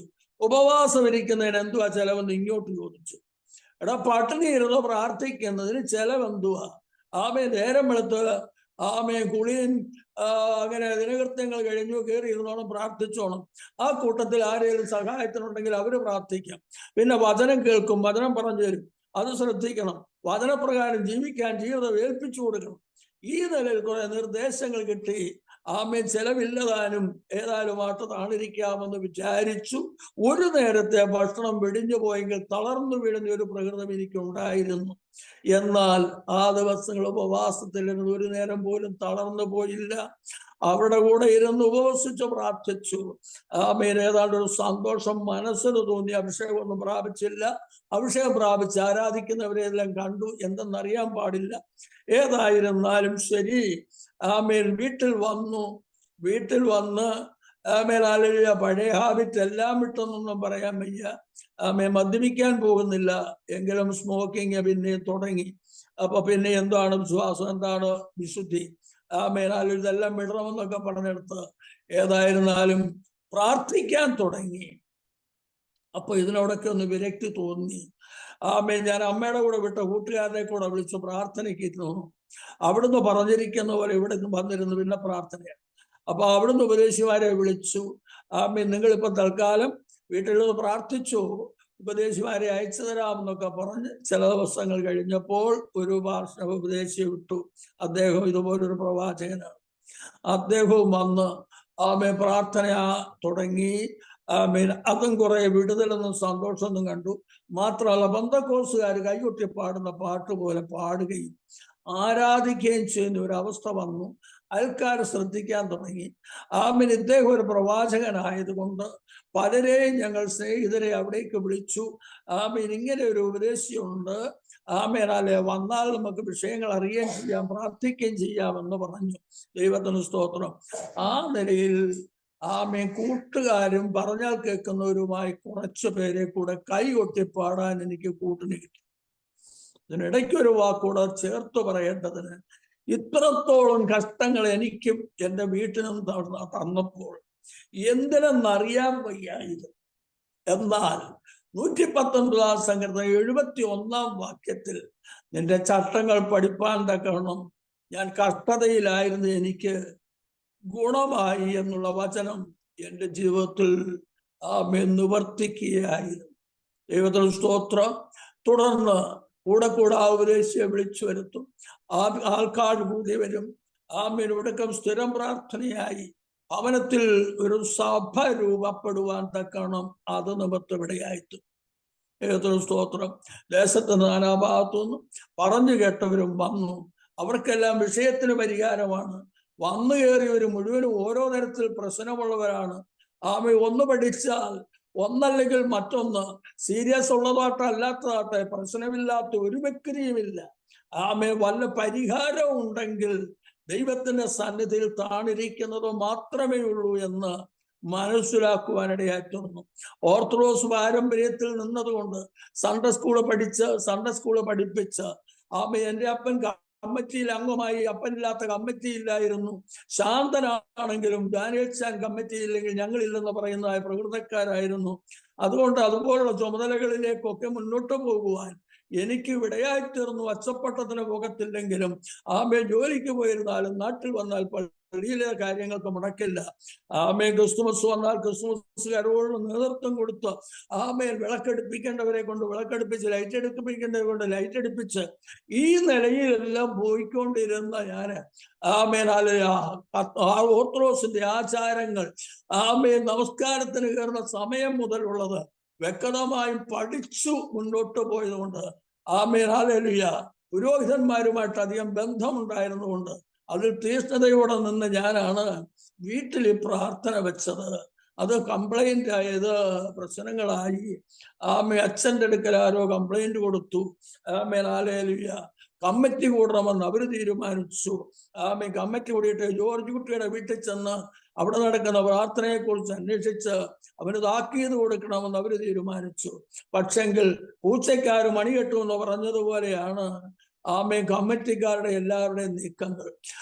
കാരണം എന്താന്ന് ചോദിച്ചാൽ, ഒന്നാമതൊരു വെറിയനായിരുന്നു. വഴക്കുണ്ടാകാത്ത ദിവസങ്ങൾ കുറവായിരുന്നു.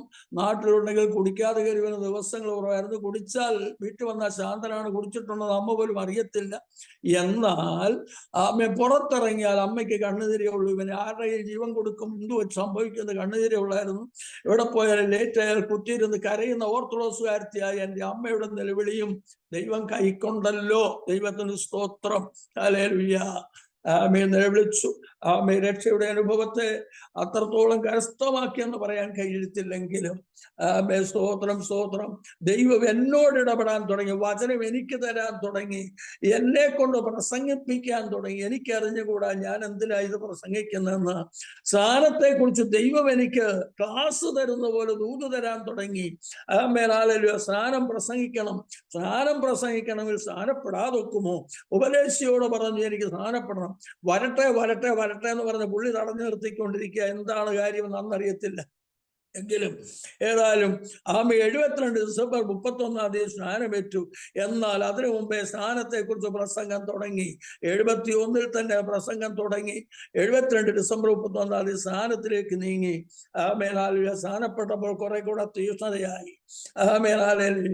അടുത്ത മാസയോഗത്തിൽ വോട്ടർ കോൾ വിളിച്ചതിൽ കർത്താവിന്റെ പേരേക്ക് സമർപ്പിക്കുന്നവരാര് എന്ന് ചോദിച്ചപ്പോൾ ആദ്യം കൈവൊക്കത് ഞാനാണ്. ദൈവത്തിന് സ്തോത്രം.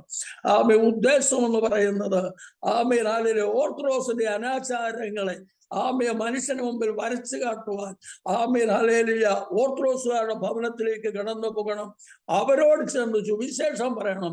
സത്യം എന്താണെന്ന് വിളിച്ചു പറയണം. സത്യ നമസ്കാരികൾ പിതാവിനെ ആത്മാവിലും സത്യത്തിൽ നമസ്കരിക്കണം. വചനം കിടക്കുമ്പോൾ സത്യ നമസ്കാരികൾ ആര്? അല്ല, ഓർത്തഡോക്സിൽ നിന്നാലുള്ളതായ അവസ്ഥ എന്താണ്? ഹല്ലേലൂയ. ഇത് പഠിപ്പിക്കണമെന്ന് വിചാരിച്ചു. ഞാൻ ഓർത്തഡോക്സിലേക്ക് ഗീതങ്ങൾ എടുക്കുവാനുള്ള സമയമല്ലെങ്കിൽ തന്നെയും ഹല്ലേലൂയ ഓരോ ഭവനത്തിൽ ചെല്ലുമ്പോൾ അവരുടേതായ ആചാരങ്ങൾ അറിയാവുന്നത് കൊണ്ട് അതിനനുസരിച്ച് ചില ഗീതങ്ങൾ അവർക്ക് പാടി അതിന്റെ അർത്ഥം ചോദിക്കും.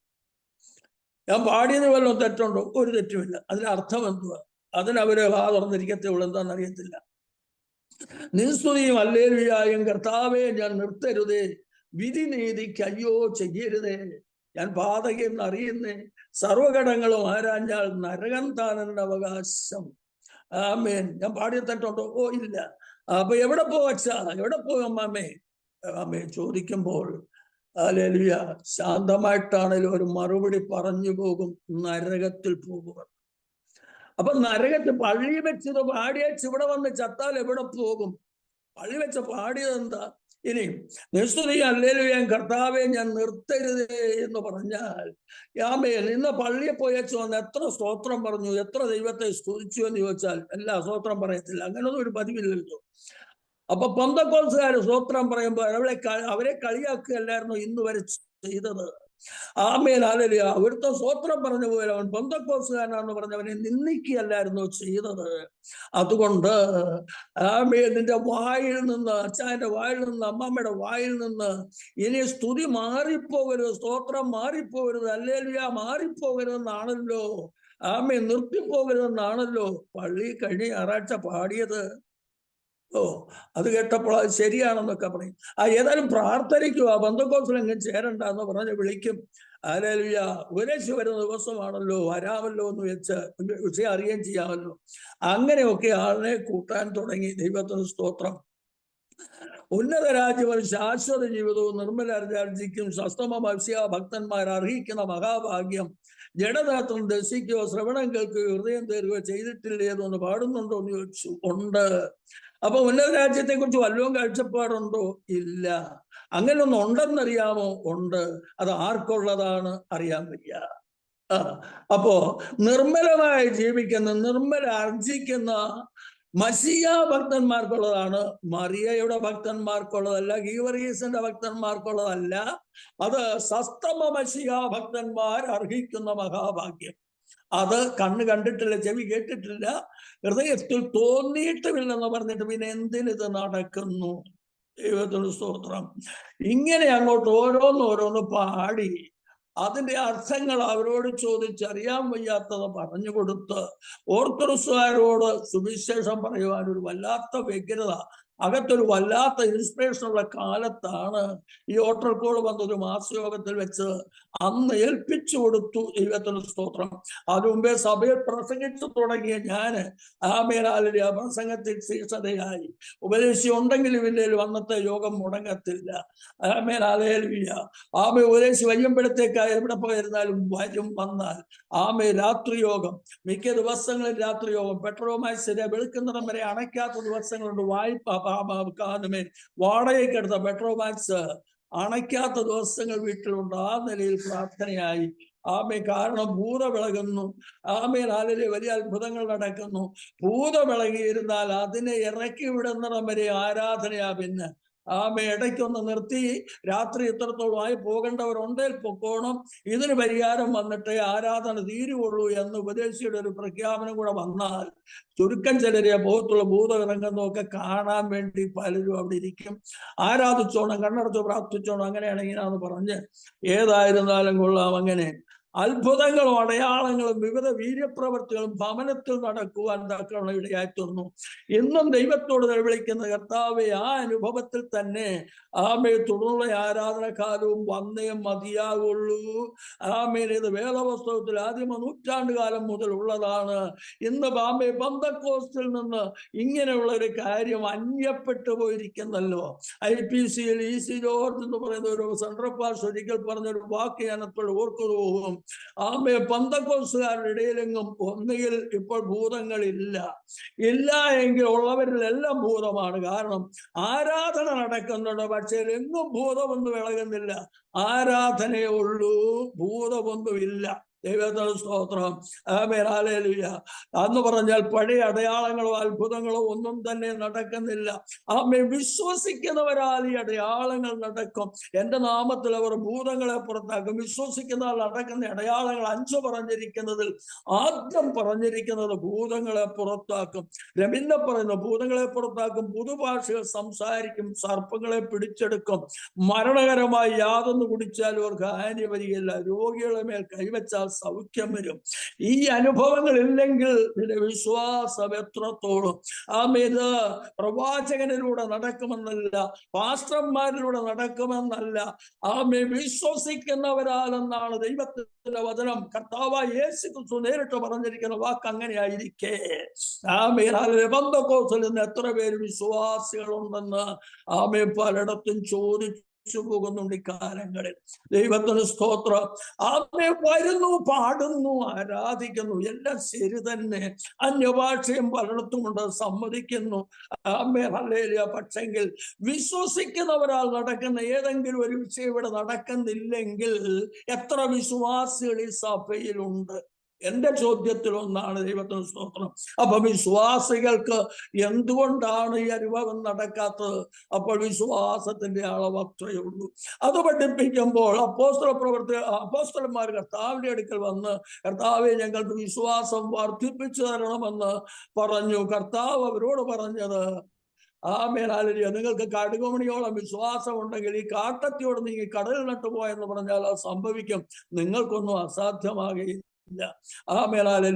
അപ്പോൾ അവിടെ പലരും പലതരം വ്യാഖ്യാനിക്കുന്നെങ്കിലും വളരെ ലഘുവായി കർത്താവ് പറഞ്ഞു, കടുകുമണിയോളമെങ്കിലും വിശ്വാസം ഉണ്ടെങ്കിൽ. ദൈവത്തിന് സ്തോത്രം. പെന്തക്കോസ്തിൽ ഇത്ര നാളും ജീവിച്ചിട്ട് കടുകുമണിയോളമെങ്കിലും വിശ്വാസം ഉണ്ടോ എന്ന് ചോദിച്ചു പോകും. ദൈവത്തിന് സ്തോത്രം. വിശ്വാസം വർദ്ധിപ്പിക്കാൻ എന്താണ് ചെയ്യേണ്ടതെന്ന് താഴോട്ട് പറയുന്നുണ്ട്. പ്രസംഗത്തിന്റെ സ്റ്റേജ് അല്ല, സാക്ഷ്യത്തിന്റെ അനുഭവങ്ങളാണല്ലോ. ദൈവത്തിന് സ്തോത്രം. അതുകൊണ്ട് അതിലേക്ക് പോകാൻ ഞാൻ സമയം എടുക്കാൻ ആഗ്രഹിക്കുന്നില്ല. വിശ്വാസം വർദ്ധിക്കണമെങ്കിൽ എന്ത് ചെയ്യണമെന്ന് അതിൻ്റെതായ തുടർച്ചയായിട്ട് കർത്താവ് പറയുന്ന ഒരു ഉപമയുണ്ട്. അത് പഠിച്ച് ഒറ്റ വാചകത്തിൽ പറഞ്ഞാൽ, സാക്ഷാൽ യജമാനനായി ദൈവത്തെ കണ്ട് നീ ദാസനായി യജമാനനെ പ്രസാദിപ്പിക്കുക എന്നുള്ള ലക്ഷ്യമാണ് നിന്റെ ജീവിതത്തിലെങ്കിൽ ഹല്ലേലൂയ. ആമേൻ. വിശ്വാസത്തിൽ വന്ന് ദൈവത്തിന് മഹത്വമായി ജീവിക്കാൻ തക്കവണ്ണം തന്നെ തീരുമാനമെടുത്തത് ദൈവത്തിഷ്ടം അറിഞ്ഞ് ജീവിക്കാൻ തയ്യാറാകുന്നെങ്കിൽ മാനസാന്തരം എന്താണെന്ന് പറഞ്ഞ് ഏതാണ്ടൊക്കെ വിട്ടുതിരിഞ്ഞെന്ന് പറഞ്ഞ് മാനസാന്തരപ്പെട്ടെന്ന് പറഞ്ഞാൽ വിട്ടുതിരിഞ്ഞതുകൊണ്ട് മാത്രം മാനസാന്തരമല്ലല്ലോ. ആമേൻ. ചെയ്തെടുക്കേണ്ടത് ചെയ്തെടുക്കാതെ മാനസാന്തരമാകില്ല. ചെയ്യരുതാത്തതൊന്നും ചെയ്യരുത്. അത് ചെയ്യേണ്ടത് പൂർണ്ണമായി ചെയ്തിരിക്കണം. നന്മയും പ്രസാദവും പൂർണ്ണതയുമുള്ള ദൈവഹിതം ഇന്നതെന്ന് തിരിച്ചറിയുമ്പോൾ ആ നിലയിൽ ജീവിച്ചെങ്കിൽ മാത്രമേ മാനസാന്തരം എന്നുള്ളത് ബന്ധക്കോസ്തുകാരുടെ നടുവിൽ നടക്കുകയുള്ളൂ. വന്ന് പാട്ടുപാടുന്നു, ഞായറാഴ്ച സഭായോഗം കൂടുന്നു, സാക്ഷ്യം പറയുന്നു. എന്താണ് സാക്ഷ്യം? ഞാൻ ബന്ധക്കോസ്തുകാരെ കുറ്റം പറഞ്ഞത് ധരിക്കല്ലേ, അനുഭവങ്ങളിലൂടെ പറയുന്നതാണ്. ആമേൻ. ഹല്ലേലൂയ. ഞായറാഴ്ച വരുന്നു. ആമേൻ. ഹല്ലേലൂയ. ടൈം ടേബിളാണ്. ആമേൻ. ഭാഷ പ്രാർത്ഥിക്കുന്നു, 2-3 പാട്ട് പാടുന്നു. ആമേൻ. 1-2 പേരുടെ ശേഷ സഭയിലെ ചില പ്രമാണികള് ആമേൻ പ്രാർത്ഥന കുത്തകയെടുത്തിരിക്കുകയായിരിക്കും. ആമേൻ. ഹല്ലേലൂയ. സഭയിലെ പ്രധാന അമ്മാമ്മമാർ 2 ആമേൻ അച്ചായന്മാരിൽ പ്രധാനി ഒരാളും പ്രാർത്ഥിച്ചു കഴിയുമ്പോൾ ആ ഭാഗം മാറി. പിന്നൊരു പാട്ട് പാടിയെങ്കിൽ പാടിയില്ലെങ്കിൽ ഇല്ല, സങ്കീർത്തനം ശുശ്രൂഷിക്കുന്നു. അല്പമൊക്കെ അതിനകത്തൊന്നും പറഞ്ഞു കൊടുക്കും. ശരി തന്നെ. അതിനുശേഷം സാക്ഷ്യം ആമേൻ. റെക്കോർഡ് ചെയ്തിടുകയാണെങ്കിൽ കഴിഞ്ഞ ആഴ്ച പറഞ്ഞ സാക്ഷ്യമായിട്ട് വലിയ വ്യത്യാസമൊന്നും ഈ ആഴ്ചയിലും സാക്ഷ്യത്തിനകത്തില്ല. ദൈവത്തിന് സ്തോത്രം. അതിന്റെ മുഖവരിയും കാര്യങ്ങളും എല്ലാം നോക്കിയാൽ കഴിഞ്ഞ ആഴ്ചത്തെ ഇത് മനപ്പാഠം പഠിച്ചു വെച്ചിരിക്കുന്നത് പോലെയാണ്. പുതിയതായിട്ട് എന്തെങ്കിലും ജീവിതാനുഭവം ഉണ്ടോ? ആരോടെങ്കിലും സുവിശേഷം പറയുകയോ, എവിടെയെങ്കിലും ഏതെങ്കിലും ഒരു അത്ഭുതം നടക്കുകയോ, എന്തെങ്കിലും ദൈവനാമത്തിന് വേണ്ടി ചെയ്യുവാനോ, അല്ല ദൈവം എനിക്ക് വേണ്ടി പുതുതായിട്ട് എന്ത് ചെയ്തെന്നോ പറയാന് ആ സാക്ഷ്യം പറയുന്നതിനകത്ത് പലപ്പോഴും ഇല്ലല്ലോ എന്ന് ദുഃഖിച്ചു പോകുന്നു. ദൈവത്തിന് സ്തോത്രം. ഹല്ലേലൂയ. ആമേൻ. ഹല്ലേലൂയ. പാരമ്പര്യ സഭകളായിട്ട് ബന്ധകോസഭകളായി തീർന്നിരിക്കെ ആമേൻ ഇതിനൊരു വ്യത്യാസം കണ്ടെങ്കിൽ കൊള്ളായിരുന്നു എന്ന് ആഗ്രഹിക്കുന്നുണ്ട്. ആമേൻ. സ്തോത്രം ചെയ്യുന്നു. ഇനിയും ദൈവത്തിന് സ്തോത്രം. ഈ നിലയിൽ ആമേൻ കാലങ്ങൾ മുന്നോട്ട് നീങ്ങി വന്ന ശുശ്രൂഷകൻ നല്ല പ്രവാചകനായിരുന്നു എങ്കിലും സ്വതന്ത്ര സഭയാണ്. ആമേൻ. ഹല്ലേലൂയ. ക്രമക്കേടുകളിലൂടെ കാണുവാനിടയായി തീർന്നപ്പോൾ ഞാൻ പറഞ്ഞു പരിപാടി പറ്റുകയില്ല. ക്രമക്കേട് ഇവിടെ പറ്റുകയില്ല. മിക്കപ്പോഴും ഞാൻ വചനമെടുക്കുന്നവനാണ്. മിക്ക ദിവസങ്ങളിൽ ഞാനാണ് പ്രസംഗിക്കുന്നത്. ബൈബിളെ പഠിച്ചിട്ടല്ല, ഓർത്തഡോക്സിൽ നിന്ന് പഠിച്ചതും പഠിപ്പിച്ചതും ഉള്ളെങ്കിലും ദൈവത്തിന്റെ ആത്മാവ് അന്നൊന്ന് ദൂത് തരാൻ തുടങ്ങുന്നു. പ്രസംഗിക്കാതിരിക്കാൻ നിർവാഹമില്ല. ആമേൻ. ഒരു ദിവസം പള്ളിയിലെ കമ്മിറ്റിയിൽ അവർ തീരുമാനിച്ചത് ജോർജ് കുട്ടിയെയും കുടുംബത്തെയും മുടക്കണമെന്നാണ്. അച്ഛനെ വിട്ടു പറയിച്ചു നോക്കാം, പിന്നെ മുടക്കാം. അച്ഛനെ വിട്ടു. പക്ഷെ അച്ഛൻ വീട്ടിൽ വരാതെ ആമേൻ ഖജാൻജിയുടെ വീട്ടിൽ ഇരുന്ന് എന്നെ വിളിപ്പിച്ചു. ഏതായാലും ചെന്നു കാര്യങ്ങൾ ചോദിക്കുകയും പറയുകയും ചെയ്തു. ആമേൻ. ഹല്ലേലൂയ. ജോർജ് കുട്ടിയുടെ ഭവനത്തിൽ ഇങ്ങനെ ഒരു പ്രാർത്ഥന നടക്കുന്നുണ്ടെന്ന് കേട്ടല്ലോ. ഞാൻ പറഞ്ഞുണ്ടല്ലോ വെച്ചു. അത് അച്ഛനോട് പറഞ്ഞിട്ടാണല്ലോ തുടങ്ങി. അന്ന് ആദ്യം ഉപദേശി വരുമ്പം ഇങ്ങനെ വീട്ടിലൊരു പ്രാർത്ഥന വെക്കാൻ പോവുകയാണെന്ന് പറഞ്ഞു ഞാൻ. ആമേൻ. ഹല്ലേലൂയ. അത്ര അടുപ്പമായിരുന്നു അവിടെ പറഞ്ഞത്. അത് അച്ഛനോട് പറഞ്ഞിട്ടാണല്ലോ തുടങ്ങിയത്. പക്ഷെ അത് ഇങ്ങനെ വരുവാനല്ലല്ലോ. ആമേൻ. ഹല്ലേലൂയ. നമ്മളൊരു സഭ അച്ഛോ ഞാനൊന്ന് ചോദിക്കട്ടെ, ഞാൻ നടന്ന നടപ്പ് സഭാ കമ്മിറ്റിക്ക് മുഴുവനും അറിയാം. ആമേ വഴക്കുണ്ടാക്കിയത് എത്രത്തോളം ഏറെക്കുറെ പള്ളിയിൽ അറിയാം. പക്ഷെ എന്നെ ഇതുവരെ ആരും ചോദ്യം ചെയ്തിട്ടില്ല. എന്നാൽ ഞാൻ ഇപ്പോൾ ജീവിക്കുന്ന ജീവിതം ഇങ്ങനെയാണ്. ഇപ്പൊ മദ്യപാനമില്ല, പുകവലിയില്ല, ആരോടും ഒരു വഴക്കുമില്ല. അഥവാ വഴക്കിന് ആരേലും വന്നാൽ ഒഴിഞ്ഞു മാറിപ്പോകാനുള്ള കൃപ ദൈവം എനിക്ക് തന്നിട്ടുണ്ട്. അച്ഛൻ എന്തു പറയുന്നു? ഉടനെ എന്നോട് പറഞ്ഞത്, നമ്മളൊരു സമുദായത്തിൽ നിൽക്കുമ്പോൾ അതിന്റെ ചട്ടങ്ങളും കൂടെ അനുസരിക്കണമല്ലോ. ആമേ. മെഴുവേലിക്കാരൊരു ജോണച്ചനാണ്. ആമേൻ. അതിന്റെ ചട്ടങ്ങളോട് അനുസരിക്കണമല്ലോ. എന്റെ വളരെ അടുത്ത സ്നേഹിതൻ പോലെയാണ്. ആമേൻ. ഞാൻ പറഞ്ഞു അത് സമുദായത്തിൽ നിൽക്കുമ്പം മതിയല്ലോ. അത്ര പറഞ്ഞു, നിൽക്കുമ്പം മതിയല്ലോ. ദൈവത്തിന് സ്തോത്രം. ഹല്ലേലൂയ. ആ നിലയിൽ അവിടെ സംസാരിച്ച് ആമേൻ. ഹല്ലേലൂയ. സ്വതന്ത്രമായി നിന്ന സഭ ഇങ്ങനെ നിന്ന് പോയാലൊക്കത്തില്ല. നിന്നവൻ ക്രമക്കേട് കാണിച്ചാൽ ഇനി അയാളെ നിർത്താനൊക്കത്തില്ല. ഞാൻ വിശുദ്ധിക്ക് വേണ്ടിയാണ് ഇറങ്ങി തിരിച്ചതെങ്കിൽ ആമേൻ. ഹല്ലേലൂയ. ആമേൻ, എനിക്ക് സമുദായത്തിൽ നിന്ന് മതിയായിരുന്നു, ഏത് നിലയിലും ജീവിക്കാമായിരുന്നു. ആണ്ടിലൊരിക്കൽ കർമ്മം അനുസരിച്ച് കുമ്പസാരിക്കണം, ആമേൻ, കുർബാന കൊടുക്കണം. ഇത്രയും നടന്നാൽ അവിടുത്തെ അംഗത്വത്തിൽ ഒരു കുറവും വരത്തില്ല. ആമേൻ, ഹല്ലേലൂയ. ഇനിയും ആമേൻ, മാമോദിസായ്ക്ക് എങ്ങാണ്ട് കൊണ്ടുപോയിട്ട് പിന്നെ സൺഡേ സ്കൂളിൽ പോയിട്ടുണ്ടോ എന്ന് അറിയാൻ വയ്യാത്ത പലരും ഉണ്ടതിനകത്ത്. ദൈവത്തിന് സ്തോത്രം. പിന്നെ പോയത് കല്യാണം കഴിക്കാനാണ്. ആമേൻ, ഹല്ലേലൂയ. അതിനുശേഷവും പിന്നെ അങ്ങോട്ട് പോക്കില്ല. ആമേൻ, ഇങ്ങനെയുള്ള വിശ്വാസികളെ മുടക്കത്തില്ല. ആമയെ മദ്യപിച്ച് വഴക്കുണ്ടാക്കുന്നവരെ മുടക്കത്തില്ല. ആമയെ പക്ഷെങ്കിൽ ആമയെ സർവ്വ ദുർമാർഗങ്ങളും വിട്ടുതിരിഞ്ഞ് ആമേ 10 കൽപ്പന പഠിച്ചിട്ടുള്ളത് കൊണ്ട്, ആമേൻ, ഹല്ലേലൂയ, പഠിപ്പിച്ചതുമായതുകൊണ്ട് 10 കൽപ്പനയിൽ എഴുതിയിരിക്കുന്ന കാര്യം ഞാൻ മദ്യപിക്കുന്ന കാലത്തും, അത് മദ്യപാനമൊന്നും അതിനകത്ത് പറഞ്ഞിട്ടില്ലാത്തതുകൊണ്ട് മദ്യപിക്കുന്നതിന് കുഴപ്പമില്ല, പുകവലിക്കുന്നതിന് കുഴപ്പമില്ലെന്ന് വിചാരിച്ചിട്ടുള്ളൂ. എന്റെ കമ്മിറ്റിയിൽ അതില്ലാത്തവരാരും ഇല്ലാത്തത് കൊണ്ടും ആമേൻ, ഹല്ലേലൂയ, എനിക്ക് ധൈര്യമായിരുന്നെങ്കിലും വിശുദ്ധ ജീവിതത്തിലേക്ക് വന്നപ്പോൾ താനെ ഇതെല്ലാം എന്നിൽ നിന്ന് നീങ്ങിപ്പോയി. ദൈവത്തിന് സ്തോത്രം. എന്നാൽ ഹല്ലേലൂയ, അന്ന് പള്ളിയിൽ പ്രഖ്യാപിച്ചതായ വിവരം, ആമേൻ, ജോർജ് കുട്ടിയുടെ ഭവനത്തിൽ ഇനി ക്രിസ്തുമസ് വരെയുള്ളൂ കയറണ്ട, ആമേൻ, ഇതിന് ക്രമീകരണം ഉണ്ടാകുമ്പോൾ വരെയും ജോർജ് കുട്ടിയും കുടുംബത്തെ ഇതിനകത്തുനിന്ന് മുടക്കണം. സ്തോത്രം. ആരോ പള്ളിയിൽ പോയവർ അത് കേട്ടിട്ട്, ഏതായിരുന്നാലും പ്രഖ്യാപനം കേട്ടിട്ട് ആമേൻ വൈകിട്ട് മീറ്റിങ്ങിന് വന്നപ്പോ എൻ്റെ അടുക്കാമെന്ന് പറഞ്ഞത്. ആമേൻ, ഹല്ലേലൂയ. അന്ന് അത് കേട്ട് കഴിഞ്ഞപ്പോൾ ദൈവം എനിക്ക് തന്ന ഒരു വാക്യം, ആമേൻ, യോഹന്നാന് ശേഷം 16-ാം അധ്യായം 1-2 വാക്യങ്ങൾ, ആമേൻ, നിങ്ങൾ ഇടറിപ്പോയിരിക്കാൻ ഞാൻ നിങ്ങളോട് സംസാരിക്കുന്നു. നിങ്ങളെ പള്ളിമനുഷ്യരാക്കും, അത്രയുമല്ല, നിങ്ങളെ കൊല്ലുന്നവർ യഹോവയ്ക്ക് വഴിപാട് കഴിക്കുന്ന ചിന്തിക്കുന്ന നാഴിക വരുന്നു. ആമേൻ, ഹല്ലേലൂയ. നിങ്ങൾ ഇടറിപ്പോയിരിക്കാൻ ഞാൻ നിങ്ങളോട് സംസാരിച്ചിരിക്കുന്നു. ദൈവത്തിന് അന്ന് രാത്രി ആമേൻ, എന്റെ പ്രസംഗ വിഷയം അതായിരുന്നു. ഓർത്തഡോക്സുകാർ ധാരാളം പേരുണ്ട്. ആമേൻ, ഞാൻ ചോദിച്ചു, മദ്യപന്മാരെ പള്ളിഭ്രഷ്ടരാക്കത്തില്ല, പള്ളിഭ്രഷ്ടരാക്കുക എന്ന് പറഞ്ഞാൽ പള്ളിയിൽ നിന്ന് പുറത്താക്കുകയാണ് അതിന്റെ അർത്ഥമെന്ന് അവർക്ക് വെളിപ്പെടുത്തി കൊടുത്തിട്ട്, ആമേൻ, മദ്യപിക്കുന്നവരെ പള്ളിയിൽ നിന്ന് പുറത്താക്കുന്നില്ല, ദുർമാർഗികളെ പള്ളിയിൽ നിന്ന് പുറത്താക്കുന്നില്ല. ആമേൻ, ഇതൊക്കെ ഉണ്ടായിരുന്നെങ്കിലും അതെല്ലാം വിട്ടുതിരിഞ്ഞ് ആരാധിക്കുന്നവരെ, ആമേൻ, ഹല്ലേലൂയ, കർത്താവിന് വേണ്ടി ജീവിതം ഏൽപ്പിച്ചവരെ പള്ളിയിൽ നിന്ന് പുറത്താക്കുന്നു. ദൈവത്തിന് സ്തോത്രം. ദൈവജനമേ, ആമേൻ, ഹല്ലേലൂയ, പള്ളി ഭയത്തിൽ നിൽക്കാതെ കർത്താവ് യേശു ക്രിസ്തുവിൽ വിശ്വസിച്ചെങ്കിൽ മാത്രമേ വിടുതലുള്ളൂ. ആമേൻ, ദൈവരാജ്യത്തിൽ പോകാൻ മാർഗമേ ഉള്ളൂ. എന്നാൽ പള്ളിയിൽ നിന്ന് നിനക്ക് ദൈവരാജ്യത്തിൽ പോകാമെന്ന് വിചാരിക്കണ്ട എന്ന് തീർന്നു പ്രസംഗിക്കുവാൻ അന്ന് രാത്രിയും ദൈവം എന്നെ ശക്തീകരിച്ചു, എനിക്ക് തോന്നുന്നു. എന്നാൽ പള്ളിപ്രശ്നം ഈ നിലയിലേക്ക് രൂക്ഷമായപ്പോൾ എൻ്റെ അമ്മയ്ക്കൊരു വല്ലാത്ത ഭയം തോന്നി. കാരണം എൻ്റെ നേരെകളെ പെങ്ങളെ കെട്ടിക്കാൻ പ്രായമായി നിൽക്കുന്നു. ആമേൻ, ഹല്ലേലൂയ. വീട്ടുകാർ മുഴുവനും ഓർത്തഡോക്സുകാരായിരിക്കുന്നു. ആമേൻ, ഹല്ലേലൂയ. ഒരു സപ്പോർട്ട് ഇല്ലെങ്കിൽ അപ്പനില്ലാത്ത കൊച്ചിനെ എങ്ങനെ കെട്ടിക്കും? ആമേൻ, ആ വിഷയത്തിലേക്ക് വന്നു. ആമേൻ, പള്ളിയിൽ നിന്ന് ഇങ്ങനെ നിർദ്ദേശം വന്നിരിക്കുന്നുവെന്ന് ഒരു ദിവസത്തെ പ്രാർത്ഥനാ മധ്യത്തില് ആമേൻ രാത്രി അമ്മ പറഞ്ഞപ്പോൾ അടുത്ത് കേട്ടുകൊണ്ടിരുന്നവർ അപ്പച്ചൻ പറഞ്ഞു, അങ്ങനെയെങ്കിൽ പ്രാർത്ഥന വീട്ടിലേക്ക് മാറ്റാം. ആമേൻ, ഹല്ലേലൂയ. കൊച്ചമ്മയ്ക്ക് പ്രയാസം ഉണ്ടെങ്കിൽ അത് ഇവിടെ വേണ്ട. അങ്ങനെ അവരുടെ വീട്ടിലേക്ക് പ്രാർത്ഥന മാറ്റി. ആമേൻ, യഹോവയുടെ നിയമപ്പെട്ടകം ആമേൻ, ഹല്ലേലൂയ, അമിതാവിന്റെ വീട്ടിൽ നിന്ന് കൊണ്ടുവന്ന് ആമേൻ, ഹല്ലേലൂയ, ഗിത്യനായ ഓബേദ്ഏദോമിന്റെ വീട്ടിൽ കൊണ്ടുവച്ചതുപോലെ ആമേൻ, ഹല്ലേലൂയ, ആരാധന അവിടേക്ക് മാറ്റി. ഏതായിരുന്നാലും ആ വീടിനെ എല്ലാ നിലയിലും ദൈവം അനുഗ്രഹിച്ചു. എൻ്റെ വീടിന് ആമേൻ അധോഗതി ഉണ്ടായെന്ന് പറയാൻ വയ്യ എങ്കിലും ആമേൻ അനേകരുടെ അനുഗ്രഹം കണ്ട് നോക്കി നിൽക്കാനേ കഴിഞ്ഞു. Praise the Lord. അതിനുശേഷം ആ വീട്ടുകാർക്ക് അല്പ വസ്തുവുള്ളവരാണ്. റോഡ് സൈഡ് നോക്കി ഒരു 10 സെന്റ് വസ്തു തന്നു. നമുക്ക് അവിടെ ഷെഡ് വെക്കണമെന്ന് പറഞ്ഞു. അതിന് എൻ്റെ കൂട്ടുകാരായ ചെറുപ്പക്കാരെ കൂടെ കൂട്ടുപിടിച്ച് അവിടുന്ന് ഇവിടുന്ന് എല്ലാം കല്ലിറക്കിയും ഒക്കെ ആയിട്ട് കൊണ്ടുവന്ന് ഒരു തറ കെട്ടി ആമേൻ തറ ശരിയാക്കി. ആരൊക്കെയോ കുറച്ച് തെങ്ങുംതടി വാഗ്ദാനം ചെയ്തു.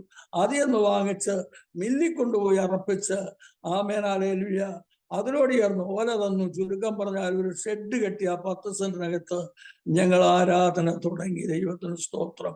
അങ്ങനെ നിന്നപ്പോഴും അവിടെ ഒരു സംഘടനയില്ല, സ്വതന്ത്രമാണ്. അപ്പൊ ഉപദേശിയെ പറഞ്ഞു വിട്ടു. വിട്ടപ്പോൾ ഉപദേശി പല വാക്കിൽ പലരെയും ഇതിനകത്തൊന്ന് തിരുത്തിയിട്ടുണ്ട്. ഒന്ന് എനിക്ക് ഉപദേശിയാകാൻ വേണ്ടി അയാളെ പറഞ്ഞ് പുറത്താക്കിയതാണ്. ഇങ്ങനെ ഓരോ നിലയിൽ ഓരോരുത്തരോട് പറഞ്ഞെങ്കിലും ആമേൻ അനുഭവം അറിയാവുന്നവർ പലരും അയാളുടെ പുറകെ പോകാതെ ഇവിടെ തന്നെ നിന്നു. പലരും പുറകെ പോയെങ്കിലും അയാള് ആമേ വേലയിൽ നിന്ന് തന്നെ നശിച്ചുപോയി. ദൈവത്തിന് സ്തോത്രം. ആമേ ഇത് അന്ത്യവും ദാരുണമായിരുന്നു. ആമേ വചനം എടുത്തിട്ട് വചനം പ്രസംഗിച്ചിട്ട് തോന്നിയ പോലെ ജീവിക്കുന്നവനെ ദൈവം ന്യായം വിധിക്കാതിരിക്കയില്ല എന്ന് നല്ലൊരു പാഠം പഠിക്കാനിടയായിട്ടെന്ന് ഞാൻ പറയട്ടെ. ആമേ നീ വചനം എടുക്കരുത്, വചനം തുടരുത്. വചനം എടുക്കുന്നെങ്കിൽ അതിന്റെ ഭയത്തിലും ഭക്തിയിലും ആ വചനപ്രകാരം ജീവിക്കാൻ നിന്നെ തന്നെ ഏൽപ്പിച്ചു കൊടുക്കണം. ഞാൻ വചനം വായിക്കുമ്പോൾ ഇങ്ങനെ പ്രാർത്ഥിച്ചുകൊണ്ടാണ് വായിക്കുന്നത്. ആമേൻ കർത്താവേ, ഇതിന്റെ ആഴങ്ങൾ എനിക്ക് അറിഞ്ഞുകൂടാ, ഇതിന്റെ മർമ്മങ്ങളെ ഗ്രഹിപ്പാൻ എഴുതിയ ആത്മാവിനാൽ തന്നെ എന്നെ ഗ്രഹിപ്പിക്കണമേ എന്ന് പല സാഹചര്യങ്ങളിലും പോകാൻ ഇടയ്ക്കിടെ വന്നിട്ടുണ്ട്. അവിടെ ചെന്നാൽ ഒരു പ്രസംഗം എന്റേത് ആമേൻ ഹല്ലേലൂയ, ന്യായപ്രമാണത്തിൽ എന്തെഴുതിയിരിക്കുന്നു, നീ അതെങ്ങനെ വായിക്കുന്നു എന്നുള്ളതാണ്. Amen hallelujah. പല വാക്കുകൾ പല വിഷയങ്ങൾ എടുത്ത് തെളിയിച്ചു കൊടുക്കാറുണ്ട്. Amen hallelujah. എഴുതിയിരിക്കുന്നത് പോലെ വായിക്കാൻ മനുഷ്യനെന്ന് കഴിയുന്നില്ലെന്നുള്ളതും മറ്റൊരു പരാജയമാണ്. പറയാതിരിക്കാൻ നിർവാഹമില്ലല്ലോ. ഉദാഹരണം ഞാൻ ഇങ്ങനെ പറയുമ്പോൾ മനസ്സിലാകും. Amen hallelujah.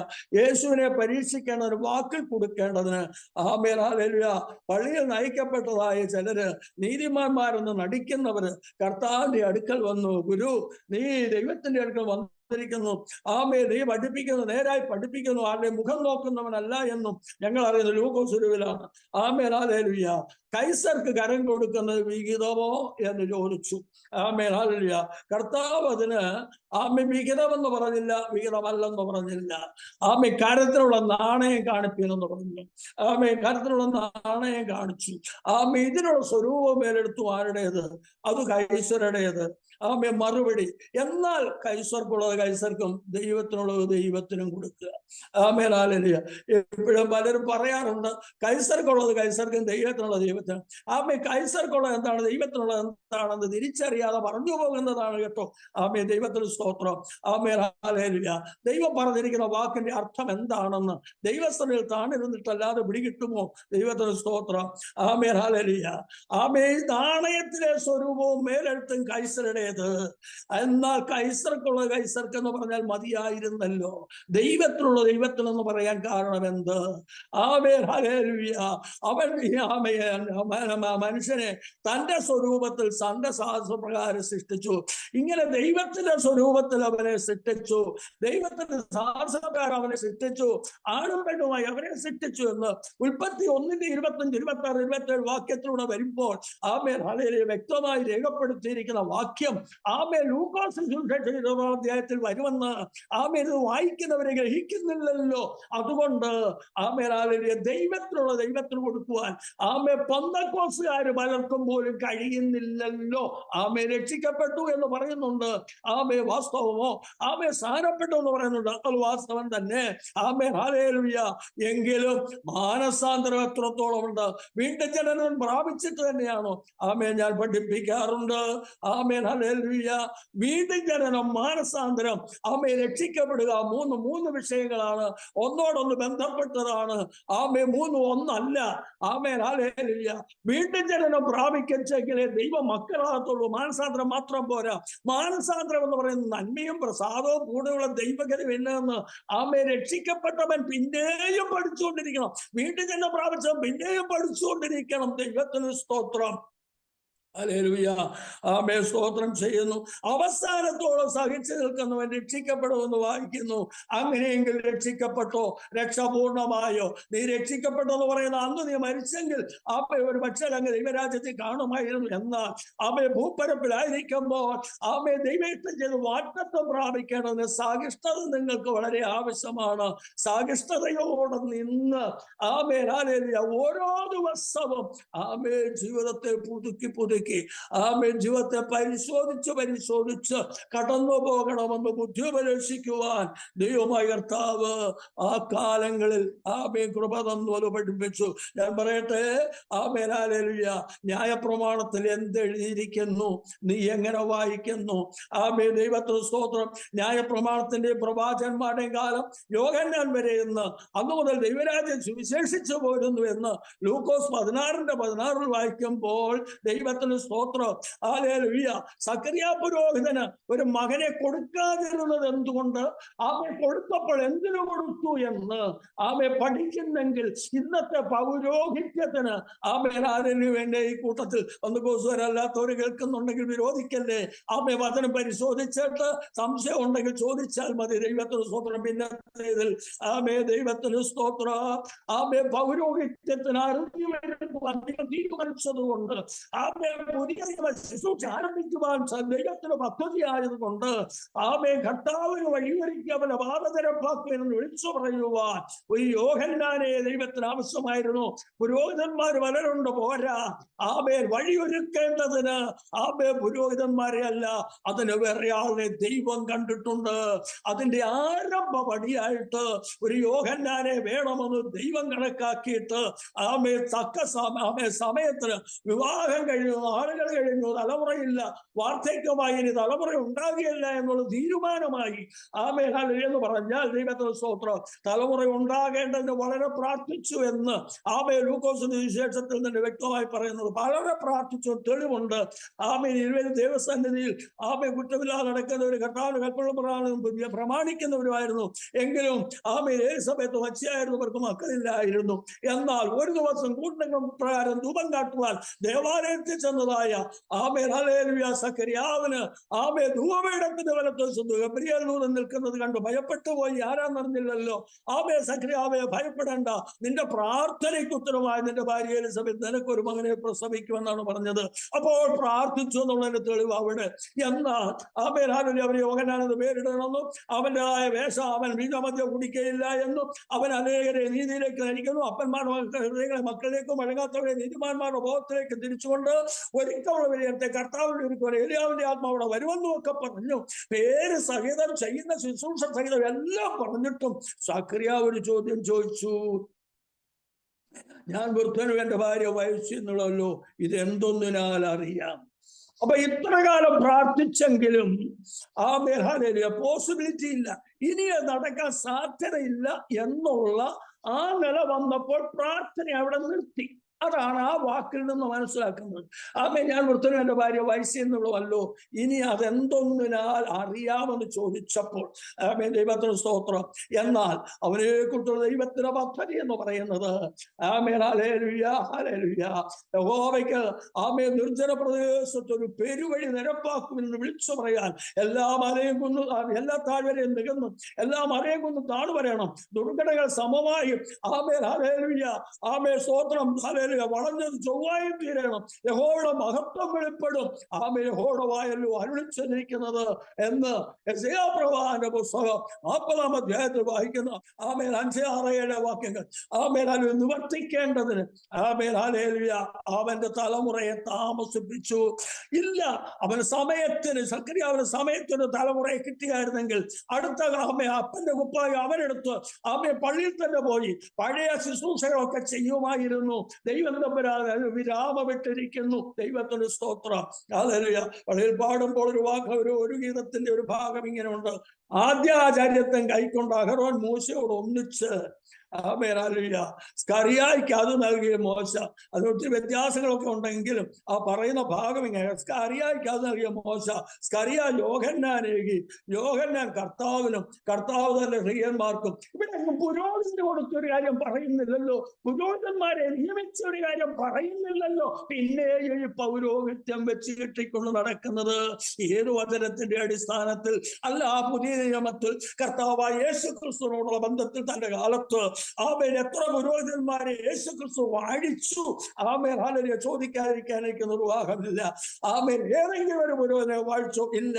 ആമേൻ ഹല്ലേലൂയ ദൈവത്തിന് സ്തോത്രം. എന്നാൽ വീണ്ടും ജനനം പ്രാപിച്ച് ആമേൻ ഹല്ലേലൂയ സ്ഥാനപ്പെട്ട അഭിഷേകം പ്രാപിച്ചതിന് ഒന്നായി പറയുന്ന ഒരു വാക്ക്, ആമേൻ നിങ്ങൾ അന്ധകാരത്തിന്റെ അല്ല പ്രകാശത്തേക്ക് നിങ്ങളെ വിളിച്ചവനെ സദ്ഗുണങ്ങളെ ഘോഷിപ്പാൻ തക്കണം തിരഞ്ഞെടുത്തിരിക്കുന്ന ഒരു ജാതിയും രാജകീയ പുരോഹിത വർഗം. രാജകീയ പുരോഹിതനായിട്ടില്ല, രാജ രാജകീയ പുരോഹിതവർക്കും വിശുദ്ധ സ്വന്തം ജനവും രാജകീയ പുരോഹിതൻ എന്നുള്ള പദവിയിലേക്ക് എത്തണമെങ്കിൽ ആമേൻ ഹല്ലേലൂയ ആമേൻ വെളിപ്പാട് പുസ്തകം 3-ാം അധ്യായത്തിൽ ആമേൻ ഇങ്ങനെ പറയുന്നുണ്ട്, ജയിക്കുന്നവൻ ഞാൻ എന്നോടുകൂടെ എന്റെ സിംഹാസനത്തിൽ ഇരുപ്പാൻ വരം നൽകും. രാജകീയ പുരോഹിതനാണെങ്കിൽ അവനൊരു സിംഹാസനം വേണം.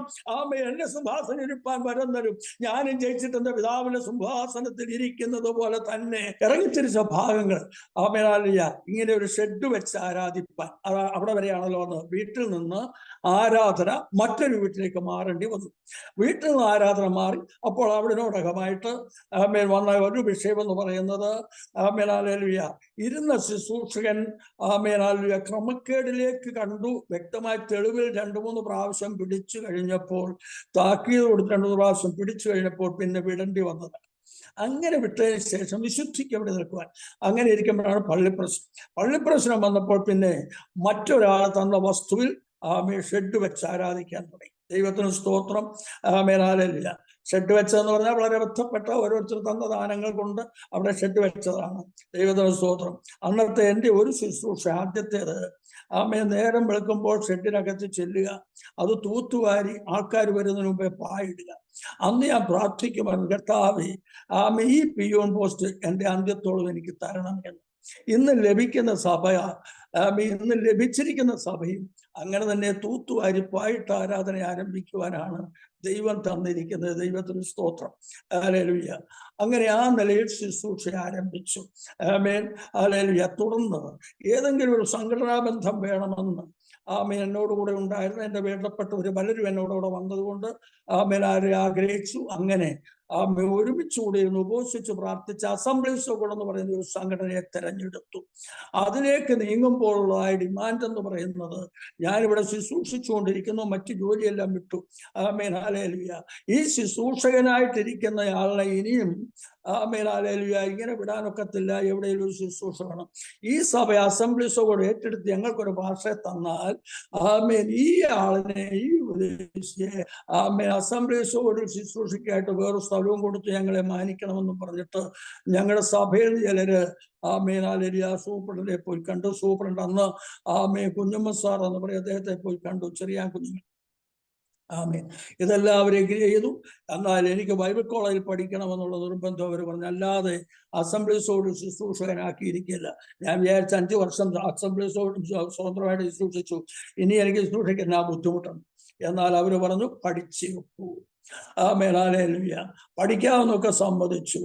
ആമേൻ അതിന് അപേക്ഷ എഴുതി കൊടുക്കണം, ഇന്റർവ്യൂ പാസ്സാകണം. ആമേൻ ഇതെല്ലാം പറഞ്ഞു. ഇന്റർവ്യൂവിനെല്ലാം ചെന്നു. ആമേൻ പറഞ്ഞതിന് ചോദിച്ചതിനെല്ലാം ഉത്തരം കൊടുത്തെങ്കിൽ ഒരു വല്ലാത്ത പ്രശ്നം, ഫീസ് കൊടുക്കണം. ഞാൻ എൻ്റെ കുടുംബം പോറ്റിക്കൊണ്ടിരിക്കുന്നവൻ എവിടുന്ന് ഫീസ് കൊടുക്കാനാണ്? ഞാൻ പറഞ്ഞു എനിക്ക് ഫീസിനൊരു നിർവാഹവും ഇല്ല. Amen hallelujah. അന്ന് ഒരു സായിപ്പും കൂടെ ആ കമ്മിറ്റിയിലുണ്ട്. അദ്ദേഹം പറഞ്ഞു, നിങ്ങൾക്ക് വിശ്വാസമുണ്ടോ? ഞാൻ പറഞ്ഞു ഉണ്ട്. എന്നാൽ ഫീസ് കൊടുക്കാമെന്ന് പറഞ്ഞു. അന്ന് 15 രൂപയാ ഫീസ്. ബാബേ ഫീസ് 75-ലാണ്. 15 രൂപ ഫീസ് കൊടുക്കാമെന്ന് പറഞ്ഞു. ഞാൻ പറഞ്ഞു ഫീസ് കിട്ടിയാൽ കൊടുക്കാം. കിട്ടിയാലെന്നുള്ള വിശ്വാസമല്ല, കൊടുക്കാമെന്ന് പറഞ്ഞെങ്കിലേ വിശ്വാസമാണുള്ളത്. കിട്ടിയാൽ കൊടുക്കാമെന്ന് പറഞ്ഞ വിശ്വാസമൊന്നുമല്ല. Amen hallelujah. വിശ്വാസം വേണം. വിശ്വാസം ഉണ്ട്. എന്നാൽ ഫീസ് കൊടുക്കാമെന്ന് പറഞ്ഞു. അല്പസമയം ബാധിച്ചു. ഏതായാലും കൊടുക്കാമെന്ന് സമ്മതിച്ചു. എവിടുന്ന് കൊടുക്കുമെന്ന് എനിക്ക് അറിഞ്ഞുകൂടാ. ദൈവത്തിന് സ്തോത്രം. വളരെ ഭാരപ്പെട്ടു. ആമേൻ. എൻ്റെ ഒരു പേരപ്പൻ്റെ മോൻ, വലിയപ്പൻ്റെ മോനായ എൻ്റെ ഒരു ജ്യേഷ്ഠന് ഞാൻ എഴുതി. ആമേൻ. അദ്ദേഹം മിലിറ്ററിയിലാണ്. അദ്ദേഹം ഞങ്ങളുടെ കൂടെ രക്ഷിക്കപ്പെട്ട് മുന്നോട്ട് വന്നിട്ടുണ്ട്. Amen hallelujah. ഇന്റർവ്യൂ ഒക്കെ കഴിഞ്ഞു. പക്ഷേ ഇങ്ങനെയാ വിഷയം. നീ വിഷമിക്കേണ്ട, ഞാൻ വീസ അയച്ചു കൊടുത്തോളാം എന്ന് പറഞ്ഞു. ഓക്കെ, വീസായി. ഇനിയും ബാക്കി കാര്യങ്ങൾ എങ്ങനെ നടക്കണം? ആമ ഇതെല്ലാം പറഞ്ഞ് വീട്ടിൽ ഇങ്ങനെ കഷ്ടപ്പെട്ട് വളർത്തുന്നെന്ന് പറഞ്ഞാലും പോറ്റിന്ന് പറഞ്ഞാലും ആമ പുനലൂരാണ് ബൈബിൾ കോളേജ്. പന്തളത്തുനിന്ന് പുനലൂർ വരെ പോലുള്ള വണ്ടിക്കൂലി പോലും സത്യത്തിൽ എൻ്റെ വീട്ടിൽ നിന്ന് എനിക്ക് തന്നിട്ടില്ല. ഞാൻ കയറി എടുത്തിട്ട്. അപ്പൊ എങ്ങനെയോ ഒക്കെ ഉണ്ടാക്കുന്ന പൈസ കൊണ്ട് ബൈബിൾ കോളേജ് ചെന്ന് ചേർന്നാൽ ബുക്കുകൾ വാങ്ങിക്കണം, പുസ്തകങ്ങൾ വാങ്ങിക്കണം, പല ആവശ്യങ്ങളുണ്ട്. പേനായ പെൻഷൻ വേണ്ട റെഗുലർ ആവശ്യങ്ങളെല്ലാം. എങ്ങനെ ജീവിച്ചു പോകും എനിക്കറിഞ്ഞുകൂടാ. Amen hallelujah. ചുരുക്കം ചിലരെന്തോ സഹായിച്ചിട്ടുണ്ട്, ഉണ്ടായില്ല. ഞാൻ അങ്ങനെ ഇരിക്കുമ്പോൾ ഞാൻ ജോലി ചെയ്യുന്നതിൽ എനിക്ക് മടിയൊന്നുമില്ല, ഡ്യൂട്ടി ഏറ്റെടുത്ത് ചെയ്യുന്നതിൽ മടിയൊന്നുമില്ല. Amen hallelujah. ബാത്റൂം പലരും വെള്ളമടിച്ച് ഇട്ടുകൊടുത്ത് അങ്ങ് ക്ലീൻ ചെയ്തെന്ന് പറഞ്ഞ് പോകത്തുള്ളൂ. ബാത്റൂമിലെ ഡ്യൂട്ടി ചെയ്യാറില്ല. ചില പ്രശ്നങ്ങൾ അതുകൊണ്ട് പല പിള്ളേർക്കും വന്നു എന്ന് മനസ്സിലാക്കി സൂപ്രണ്ടുമായിട്ട് സംസാരിച്ചപ്പോൾ അത് ബാത്റൂമിൻ്റെതായ ക്ലീനിങ്ങിന്റെ തകരാറാണ്. Bathroom clean ആയെങ്കിലേ ഒക്കുള്ളൂ. ഇരിക്കുന്നതെല്ലാം ചൊറിച്ചിലും തടിച്ചിലും പ്രയാസമുണ്ട്. അന്ന് തൊട്ട് ഞാൻ ആ ഡ്യൂട്ടി ഏറ്റെടുത്തു.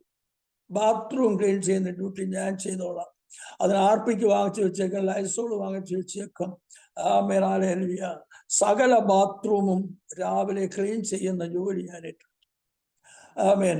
അങ്ങനെ ഇരുന്നപ്പോൾ അപ്പോൾ തന്നെ 7 അവർ ഒരു ആഴ്ചയിൽ ജോലി ചെയ്തിരിക്കണം. പല മിടുക്കന്മാരും ജോലിയുടെ സമയം വരുമ്പോൾ വർക്കിംഗ് ടൈം എന്ന് പറയുന്നത് തലവേദനയായി വയറ്റുവേദനയായി ഓരോ പ്രയാസങ്ങളാണ് പല മിടുക്കന്മാർ. അങ്ങനെ പലരും ജോലി മുടക്കാൻ തുടങ്ങിയപ്പോൾ അടുത്ത ഫാക്കൽറ്റി മീറ്റിംഗിൽ ഒരു തീരുമാനമെടുത്തു. 1 അവർ ഫെയിലാകുന്നവർക്ക് 2 രൂപ ഫൈൻ അടിക്കണം. ആമേൻ. 6 അവറെ ജോലി ചെയ്തുള്ളൂ. 1 അവർ ഫെയിലായിട്ടുണ്ടെങ്കിൽ 2 രൂപ. എത്ര അവർ ഫെയിലായാലും 1 അവറിന് 2 രൂപ. ആ നിലയിൽ അവരൊരു തീരുമാനമെടുത്തു. ബോർഡിൽ, അത് ബുള്ളറ്റിൻ ബോർഡിൽ നോട്ടീസ് വന്നു. അപ്പൊ അന്നത്തെ വർഷമാനേരെ ഞാൻ ചൊല്ലുന്നുണ്ട്, സാറേ ഇങ്ങനെയൊക്കെ ഒരു വിഷയം കേട്ടല്ലോ, അതുകൊണ്ടല്ലോ അത് ശരിയാണല്ലോ. അപ്പൊ ഞാനൊരു കാര്യം ചോദിക്കട്ടെ? ചോദിച്ചു. 1 അവർ ഫെയിലായാൽ 2 രൂപ. 1 അവർ എക്സ്ട്രാ വർക്ക് ചെയ്താൽ 2 രൂപ തരുമോ? Of course. സാറേ ഞാൻ ഫലിതമായിട്ട് ചോദിച്ചതല്ല, ആവശ്യം കൊണ്ട് ചോദിച്ചതാ. ഞാൻ 1 അവർ എക്സ്ട്രാ വർക്ക് ചെയ്താൽ എനിക്ക് 2 രൂപ തരുമോന്ന് വെച്ചു. നിശ്ചയമായിട്ടും തരുമെന്ന് പറഞ്ഞു. ശരി, ബൈബിൾ കോളേജ് ഡൈനിങ് ഹാളിലേക്കുള്ള വിറവ് കയറുന്ന ജോലി ഞാൻ ഏറ്റിരിക്കുന്നു. 7 അവറിന്റെ ബാക്കി കാശ് എനിക്ക് തരാമെന്ന് പറഞ്ഞു. സ്തോത്രം. ഞാൻ ബൈബിൾ കോളേജിൽ പഠിച്ച കാലം 1 വർഷത്തിന്റെ പകുതിയായതേ ഉള്ളൂ. പഠിച്ച കാലം എന്ന് പറയുന്നത് അന്ന് മുതൽ പൂരം വരെയും വിറവ് കീറിക്കൊടുത്ത് കാശ് വാങ്ങിച്ചു. ഫീസ് ഒരാൾ തരും. ബാക്കി എൻ്റെ ആവശ്യങ്ങൾ മുഴുവനും നടത്തിയത് ഈ നിലയിലാണ്. ദൈവത്തിന് സ്തോത്രം. ഇതിനിടയ്ക്ക് ഞാൻ ശുശ്രൂഷകനായിരുന്നു എന്നുള്ളതുകൊണ്ട് അസംബ്ലി ഷോഡിൽ ജൂൺ മാസത്തെ ക്ലാസ് തുടങ്ങി മാർച്ച് മാസം മുതൽ എനിക്ക് അടുത്ത മാർച്ച് തൊട്ട് എനിക്ക് സഭാചാരം. പക്ഷെങ്കിൽ ബൈബിൾ കോളേജിൽ ചെല്ലുകയാണെന്ന് പറഞ്ഞാൽ വണ്ടിക്കൂലിക്കുള്ള കാശ് കെട്ടിച്ചേ തരത്തുള്ളൂ. വള്ളംകുളത്തിനടുത്ത് കോഴിമല എന്ന് പറയുന്ന സ്ഥലത്ത് പുനലൂന്ന് പോകണം. അന്ന് പോയി വരാൻ 7 രൂപ വണ്ടിക്കൂലി മിനിമം വേണം. 7 രൂപ. അവര് തന്നാൽ 5 രൂപ തരും. പിന്നെ ഈ വിറവ് കീറുന്ന കാശാണ് വണ്ടിക്കൂലിക്കുള്ളത്. ഏതൊരു സ്തോത്രം. കാരണം ബൈക്കോളയിൽ നിന്ന് വരുന്ന ആളല്ലേ. ആ നിലയിലേക്ക് നീങ്ങി. ഏതായിരുന്നാലും ശരി, അവിടെ ഈ പൈസ തരാതെ വണ്ണം പിടിച്ചു വെക്കുന്ന ആളും അതിന്റെ വിഷയങ്ങളും ജനത്തിനും അറിയാവുന്നതാണ്. സഭയെ വരുന്ന വരുമാനം മേലാലിയ ശുശ്രൂഷന് കൊടുക്കത്തില്ല. അതിന് കള്ളക്കണക്കുകൾ ഉണ്ടാക്കുന്ന പ്രകൃതം അവിടെയും ഉണ്ടായിരുന്നു. അതും പിടിച്ചു. ഏതായിരുന്നാലും അതിൽ നിന്നും ദൈവം ഒരു വിടുതൽ തന്നു. ദൈവത്തിന് സ്തോത്രം. ജനം ഒന്നായി നിൽക്കുവാൻ തുടങ്ങി. മേലാലിയ എനിക്കെതിരെ കേന്ദ്രത്തിൽ പെറ്റീഷനൊക്കെ കൊടുത്തു. പക്ഷേ വിസ്തരിച്ചിട്ട് എനിക്കെതിരെ കൊടുത്തിരിക്കുന്ന പെറ്റീഷൻ ഒന്നിനും തെളിവില്ലാത്തതാണ്. ഒന്നും തെളിവില്ലാത്ത ഒരു വാക്ക് പറഞ്ഞാൽ യൗവനക്കാരനായി ഇപ്പോഴത്തെ ശുശ്രൂഷകന്റെ അനാത്മീയമായ നടപടി സഭയുടെ ആത്മീയമായ പുരോഗതിയെ സാരമായി ബാധിക്കുന്നെന്ന കംപ്ലൈന്റിനകത്തെ ഒരു ലൈൻ സ്തോത്രം ഇന്നും മറക്കാൻ കഴിഞ്ഞിട്ടില്ല. മേലാലിയ പരാതി എന്നിട്ടുണ്ടെന്നൊക്കെ ഞാൻ അറിഞ്ഞു. ഞാൻ സെൻട്രൽ പാസ്റ്ററോട് സംസാരിച്ചു. മേലാലിയ എനിക്കെതിരെയുള്ള കംപ്ലൈന്റ് കൂടെ കൊണ്ടുവരണം, എന്നെ വിസ്തരിക്കാൻ വരുമ്പോഴും പറഞ്ഞിട്ടേ വരാമെന്ന്. മേലാലിയ സെൻട്രൽ പാസ്റ്റർ അന്നത്തെ സെക്ഷന്റെ സെക്രട്ടറി ഒക്കെ കൂടെ വരുന്ന ഡേറ്റ് പറഞ്ഞ് വന്നു. ഏതായാലും കമ്മിറ്റിക്കകത്ത് സഭായോഗത്തില് അവർ ശുശ്രൂഷിച്ച് പെട്ടെന്ന് ചുരുക്കിയിട്ട് മേലാലിയ ഞങ്ങൾ വന്ന വിഷയം ഇന്നതാണെന്ന് പറഞ്ഞ് അതിലേക്ക് നീങ്ങി. അപ്പൊ ഞാൻ ഒരു വാക്ക് ചോദിച്ചോട്ടെ? ചോദിച്ചു. ഈ കംപ്ലൈന്റ് അവർ വായിച്ചു. ഈ കംപ്ലൈന്റ് കമ്മിറ്റിക്കാർ വായിച്ചാണ് ഒപ്പിട്ടതെന്ന് എനിക്ക് അറിഞ്ഞാൽ കൊള്ളാവുന്നൊരു വാക്ക്. അപ്പോ കമ്മിറ്റിക്കാർ ബാക്കിയുള്ളവരെല്ലാം ഒന്നിച്ചെഴുന്നേറ്റ് എന്നിട്ട് വായിച്ചാണ് ഒപ്പിട്ടത്. ഇവിടെ ഒരൊറ്റ ശുശ്രൂഷകനെ ഇരുത്തുന്ന പതിവില്ല. ഇപ്പൊ ഒരു ശുശ്രൂഷകൻ വന്നു സഭയ്ക്ക് പ്രയോജനം വന്നപ്പോൾ അദ്ദേഹത്തെ അവിടെ ഇരുത്തത്തില്ല. 1, നിങ്ങളിൽ ആരെങ്കിലും കേന്ദ്രത്തിൽ നിന്ന് വരട്ടെന്ന് വിചാരിച്ച നിങ്ങളാരും വരുന്നുമില്ല, അതൊന്നും നിങ്ങളിൽ വരുത്താൻ വേണ്ടി ഒപ്പിട്ടത്. 2, ഞങ്ങൾ ഒപ്പിട്ടില്ലെങ്കിൽ ശമൂവേൽ സാർ ഞങ്ങളെ ചീത്ത വിളിക്കും.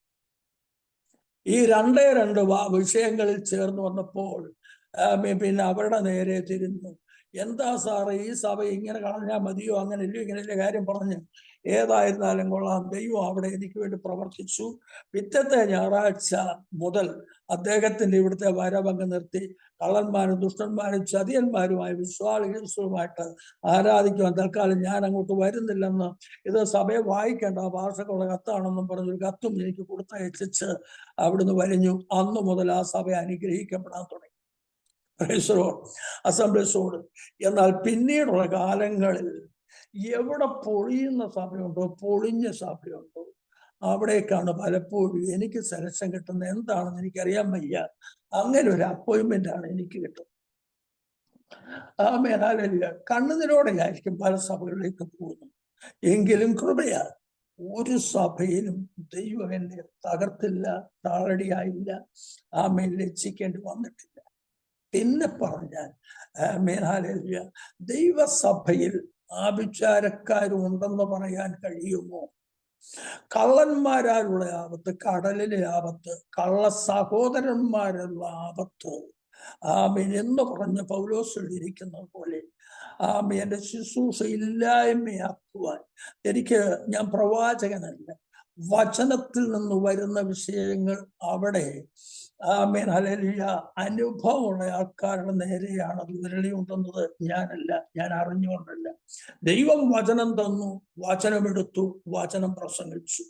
പക്ഷെങ്കിൽ ദുർമാർഗികൾക്ക് തങ്ങളുടെ ദുർമാർഗങ്ങൾ വിട്ടുതിരിയുവാൻ മനസ്സില്ലെങ്കിൽ അവർക്കത് കുത്തുകൊള്ളുകയാണ്.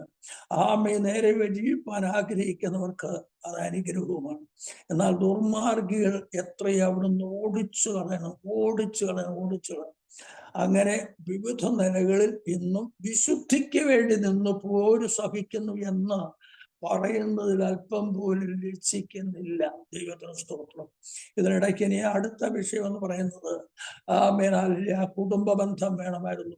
കുടുംബജീവിതം വേണ്ട, കാരണം അടുത്തുള്ള CPM-കാർക്കൊന്നും കുടുംബ ബന്ധമില്ലാത്ത പാസ്റ്റർമാർ ഉപദേശിമാരാണല്ലോ. കുടുംബബന്ധമൊന്നും വേണ്ട എന്ന് പറഞ്ഞ് ആ നിലയിലാണ് എൻ്റെ ശുശ്രൂഷ ആരംഭിച്ച് മുന്നോട്ട് കടന്നു പോയത്. ഒരു സമയം കഴിഞ്ഞു വിസിറ്റർ പോകുന്നിടത്ത് പല പരീക്ഷകളുണ്ട് എന്ന് തിരിച്ചറിഞ്ഞിട്ട് ഇനി ഒരു കുടുംബ ബന്ധം വേണമെന്നായി.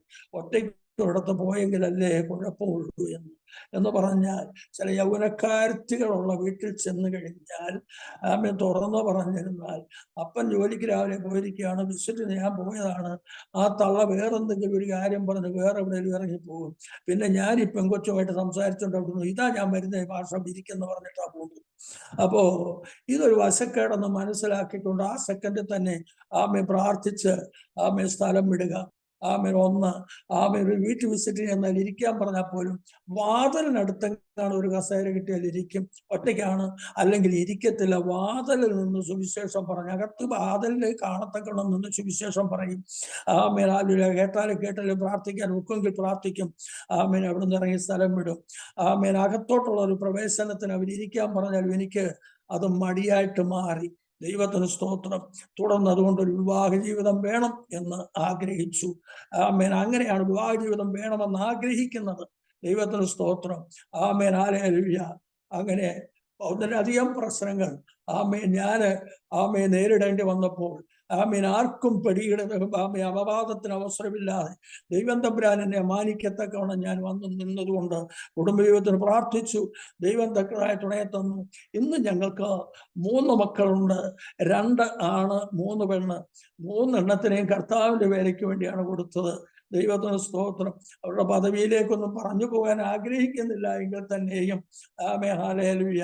മൂത്തവന് പറഞ്ഞൊരു വാക്കുണ്ട്, പപ്പ ശുശ്രൂഷ ചെയ്യുന്ന ശുശ്രൂഷ. അപ്പൊ പ്രതികൂലങ്ങൾ വളരെ ഉണ്ട്. ഇതൊക്കെ കണ്ടിട്ട് പറഞ്ഞ വാക്കാണ്, പപ്പ ചെയ്യുന്ന ശുശ്രൂഷ ഒന്നും ചെയ്യാൻ എന്നെ കിട്ടത്തില്ല, ഞാൻ ആരും ഒരുക്കത്തില്ല. ഞാൻ കർത്താവിനോട് പറഞ്ഞിരിക്കുന്നത്, കർത്താവ് കുടുംബത്തിൽ പ്രവേശിക്കുകയാണ്. ഒരു തലമുറ ഉണ്ടായാൽ അവനെ കർത്താവിന്റെ വേലയ്ക്ക് വേണ്ടി മാത്രമാണ് എന്നും പറഞ്ഞു. കല്യാണം കഴിഞ്ഞിട്ടും പ്രാർത്ഥിച്ചപ്പോൾ 2 പേരും ഈ വിധത്തിൽ തന്നെയാണ് പ്രാർത്ഥിച്ചത്. എന്നാൽ കുഞ്ഞിനോട് വിഷയം പറഞ്ഞ് ഒരു പ്രായമായപ്പോൾ ഇല്ല, ഈ പരിപാടിക്ക് ഞാനില്ല, കാരണം പ്രതികൂലങ്ങൾ സഭയ്ക്കകത്തു നിന്നുള്ളതാണ് പ്രയാസം. ഹല്ലേലൂയ. എന്നാൽ ദൈവത്തിന് സ്തോത്രം കൃപയാൽ ഇന്ന് ആമേൻ കർത്താവിന്റെ പേരോടുള്ള ബന്ധത്തിൽ ആമേൻ ഖത്തറിലായിരിക്കുന്നു. 3 വർഷത്തേക്ക് അവർ വിളിച്ചതാണ്, അങ്ങനെ പോയിരിക്കുന്നു. ആമേൻ മാർച്ച് വരെ അവിടെ ഉണ്ട്. ദൈവത്തിന് സ്തോത്രം. അടുത്തവനും കർത്താവിന്റെ പേരിലേക്ക് പറയാതെ തന്നെ അവനും ഇറങ്ങി തിരിച്ചു. Amen hallelujah. മോള് ആമേൻ പ്രീ ഡിഗ്രി കഴിഞ്ഞപ്പോൾ അവളെ ആമേൻ ഹല്ലേലൂയ ബൈബിൾ കോളേജിലേക്ക് തുണക്കാലായി. ദൈവത്തിന് സ്തോത്രം. അവിടുന്ന് പഠനം കഴിഞ്ഞ് വന്നപ്പോഴത്തേക്കും ആമേൻ ഒരു കല്യാണാലോചന വന്നു. Amen hallelujah. അസംബ്ലി സ്കൂളിൽ ആമേൻ ഹല്ലേലൂയ. അങ്ങനെ ആമേൻ അസംബ്ലി സ്കൂളിൽ അവളെ കല്യാണം കഴിച്ച് വിട്ടുകൊടുത്തു. ഇപ്പോൾ കൃപയാൽ 3 പേർക്കും ഈ 2 മക്കളോടായി. അങ്ങനെ 6 കൊച്ചുമക്കളെ ദൈവം എനിക്ക് തന്നിട്ടുണ്ട്. ദൈവത്തിന് സ്തോത്രം. അതിൽ മൂത്ത മകന്റെ ഇളയ കൊച്ച് പെണ്ണാണ്. മോന്റെ മൂത്ത മകൻ 10ാം ക്ലാസ്സിൽ പഠിക്കുന്നു. മറ്റുള്ളവരിൽ 2 പേരുടെ മൂത്ത പിള്ളേര് 8ാം ക്ലാസ്സിൽ പഠിക്കുന്നു. ഇങ്ങനെ ഈ നിലയിൽ ദൈവം തമ്പുരാൻ ആമേൻ ഹല്ലേലൂയ തലമുറകളെ തന്ന് ആമേൻ അവരെ മാനിച്ചു കൊണ്ടിരിക്കുന്നു. ദൈവത്തിന് സ്തോത്രം. ഹല്ലേലൂയ. അതാണ് അവരെ കുറിച്ച് പറയാൻ, മക്കളെ കുറിച്ച് പറയാനുള്ളതായ. ഒന്നിനെയും ജോലിക്ക് വിട്ടില്ല, ജോലിക്ക് പഠിപ്പിച്ചില്ല. ആമേൻ കർത്താവിന്റെ പേരയ്ക്ക് മാത്രമേ ആഗ്രഹിച്ചുള്ളൂ. ദൈവത്തിന് സ്തോത്രം. എന്ന് പറയുമ്പോൾ ആമേൻ സ്തോത്രം, സുവിശേഷന്മാരുടെ മക്കളെ പലരെയും കർത്താവിന്റെ പേരയിലേക്ക് വിടുവാൻ ആമേൻ ഹല്ലേലൂയ മടിക്കുകയോ ആമേൻ പോകാൻ അവരും മടിക്കുകയോ ചെയ്യുന്ന ഒരു സാഹചര്യമുണ്ട്. എന്നാൽ പല ദൈവദാസന്മാരുടെയും മക്കൾ സ്വമേധയാ കർത്താവിന്റെ വേല മാത്രം ചെയ്യുന്നതും ആമേൻ എനിക്ക് കണ്ടിട്ട് സന്തോഷമുണ്ട്. എൻ്റെ സ്നേഹിതന്മാരിൽ ചിലര് ആ നിലയിൽ പോകുന്നത് കാണുന്നുണ്ട്. അതാണ് ആ ഭാഗം സംബന്ധിച്ച് പറയാൻ തക്കവണ്ണം എനിക്കുള്ളത്. ദൈവത്തിന് സ്തോത്രം. ആമേൻ ഇന്നയോളം ആമേൻ ഇപ്പോൾ ശുശ്രൂഷിക്കുന്നത് ആമേൻ അഞ്ചൽ സെക്ഷനിൽ ആമേൻ ഏരൂരിനടുത്ത് പാണയം എന്ന ഒരു ചെറിയ സഭയുണ്ട്. ഏതോ ഒരു കാലത്ത് 75-ൽ ആമേൻ പണിതായ 75-ൽ പണിത ഒരു ആലയമാണ് അവിടെ ഉള്ളത്. അന്നത്തെ കാലത്ത് വലിയൊരു ആലയം പണിത് 40 അടിയിൽ കൂടുതൽ നീളമുണ്ട് കണ്ടിട്ട്, 20 അടി വീതിയുള്ളതായ വലിയൊരു ആലയമാണ്. അപ്പോൾ അതിനൊക്കെ ആളുകൾ ഉണ്ടായിരുന്നെന്നാണ് പറയുന്നത്. എന്നാൽ ഞാൻ ചെല്ലുമ്പോൾ ആമേൻ അവിടെ ചെല്ലാൻ ആളില്ലാത്തത് കൊണ്ടാണ് എന്നെ അവിടെ അയച്ചത്. അങ്ങനെ ഒരു കാര്യം കൊണ്ടുണ്ട്. അവിടെ പോകാൻ ആളില്ല. കാരണം ഞാൻ ചെല്ലുമ്പോൾ അവിടെ ആദ്യത്തെ ഞായറാഴ്ച 5 പേര് വന്നു, പിന്നത്തെ ഞായറാഴ്ച 4 പേര്, പിന്നത്തെ ഞായറാഴ്ച 6 പേര്. Amen hallelujah. ഏതായിരുന്നാലും ഈ കഴിഞ്ഞ മെയ് മാസം 1-ാം തീയതി അവിടെ ചാർജ് എടുത്തതാണ്. ദൈവത്തിന് സ്തോത്രം. കഴിഞ്ഞ ഞായറാഴ്ച 12 പേര് അവിടെ ആരാധനയ്ക്ക് കഴിഞ്ഞ ഞായറാഴ്ച ഉണ്ടായിരുന്നെന്നും അതിന് മുമ്പത്തെ ഞായറാഴ്ചയും 12 പേരുണ്ടായിരുന്നെന്നും ഒരു സന്തോഷവും സമാധാനവും ഉണ്ട്. ദൈവം ഇതുവരെ അവിടെ മാനിക്കുന്നു. ദൈവത്തിന് സ്തോത്രം. വരുമാനം ഓർത്തല്ല ഒരിടത്തും ശുശ്രൂഷിക്കുന്നത്. വരുമാനം വല്ലതും കിട്ടുമെന്ന് തിരക്കിയല്ല. Amen hallelujah. വേല ദൈവത്തിൻ്റെത്. ചിലര് എന്നെ ആമേൻ നിന്ദിച്ച് പറയാറുണ്ട്, ഇത്രകാലം വേല ചെയ്തിട്ടും ഭാഷയ്ക്ക് ഇതൊക്കെയാണോ കിട്ടുന്നത്? ദൈവത്തിന് സ്തോത്രം. ആമേൻ ഹല്ലേലൂയ. ഭാഷ വേറൊരു സഭ തിരഞ്ഞെടുക്കാൻ ഇല്ലയോ? ഇത്രയും സീനിയർ ഇല്ലയോ? ഞാൻ ചോദിക്കുന്ന ഒരു ചോദ്യം, അന്ന് ഞാൻ കർത്താവിന്റെ വേലയ്ക്ക് എന്നെ കൊടുത്തുള്ളൂ. വലിയ സഭയെന്നോ കൊച്ചു സഭയെന്നോ ഞാൻ അന്ന് ചിന്തിച്ചില്ല. കർത്താവിന്റെ വേലയ്ക്ക് കൊടുത്തു. ഞാൻ കർത്താവിന്റെ വേല ചെയ്യുന്നു. ഇന്നും ആമേൻ അത് തുടർന്നുകൊണ്ടിരിപ്പാൻ ആമേൻ ഹല്ലേലൂയ ദൈവമായ കർത്താവ് എന്നെ സഹായിക്കുന്നു. ആമേൻ സ്തോത്രം. Thank you. അവസരം ഒരുക്കി തന്ന ദൈവദാസനും കർത്താവായ യേശുവിന്റെ നാമത്തിൽ എൻ്റെ സ്നേഹ വന്ദനത്തെയും നന്ദിയെയും വീണ്ടും അറിയിക്കുന്നു. ദൈവം നമ്മെ സഹായിക്കട്ടെ. ഞാൻ സാക്ഷ്യം പറയാൻ ഒരുങ്ങിയാലും അല്പവചനം വന്നു പോകും. അതെങ്ങനെയോ അത് അനുഭവത്തിൽ തന്നെയാണെങ്കിലും വന്നു പോകുന്ന ഒരു പ്രകൃതമുണ്ട്. ആമേൻ. ദൈവ സ്തോത്രം. എവിടെ ചെന്നാലും വചനത്തിന് തൂക്കം കൊടുക്കുന്നു. കർത്താവെ, ഞങ്ങൾ വീണ്ടും അങ്ങയെ സ്തുതിക്കുന്നു. ഇതിൽ ഞങ്ങളെ അറ്റൻഡ് ചെയ്ത ഇനി ചെയ്യുവാനുള്ള സകല ജീവിതങ്ങളെ സന്നിധിയിൽ സാമുദായികമായി കെട്ടുപാടുകൾ കിടക്കുന്ന ആരെങ്കിലും ഇതിനകത്തുണ്ടെങ്കിൽ തിരിച്ചറിയുവാൻ, പൗരോഹിത്യവും അപ്പോസ്തലയും തിരിച്ചറിയുവാൻ അവർക്ക് കർത്താവ് കൃപ കൊടുക്കണം. കർത്താവെ, കൈസർക്കുള്ളത് കൈസർക്ക്, ദൈവത്തിലുള്ള ദൈവത്തിന് എന്ന് അവർ പഠിച്ച് അവരെ ദൈവത്തിലുള്ളവരെന്ന് തിരിച്ചറിഞ്ഞ് കർത്താവിന് വേണ്ടി ഇന്നത്തേനേക്കാൾ ഒന്നുകൂടെ സമർപ്പിക്കുവാൻ അവർക്ക് കർത്താവ് കൃപ കൊടുക്കണമേ എന്ന് പ്രാർത്ഥിക്കുന്നു. എളിയവനെ ഇത്രത്തോളം കർത്താവ് ബലപ്പെടുത്തി അവസരം ഒരുക്കി തന്ന കർത്താവിന് ഒരു പ്രശ്നവും പ്രയാസവും കൂടാതെ ഇന്നത്തെ ദിവസവും ആമേൻ ഇതിൽ ശുശ്രൂഷിക്കാൻ കൃപ നൽകിയതിനായി കർത്താവെ അങ്ങയെ സ്തുതിക്കുന്നു.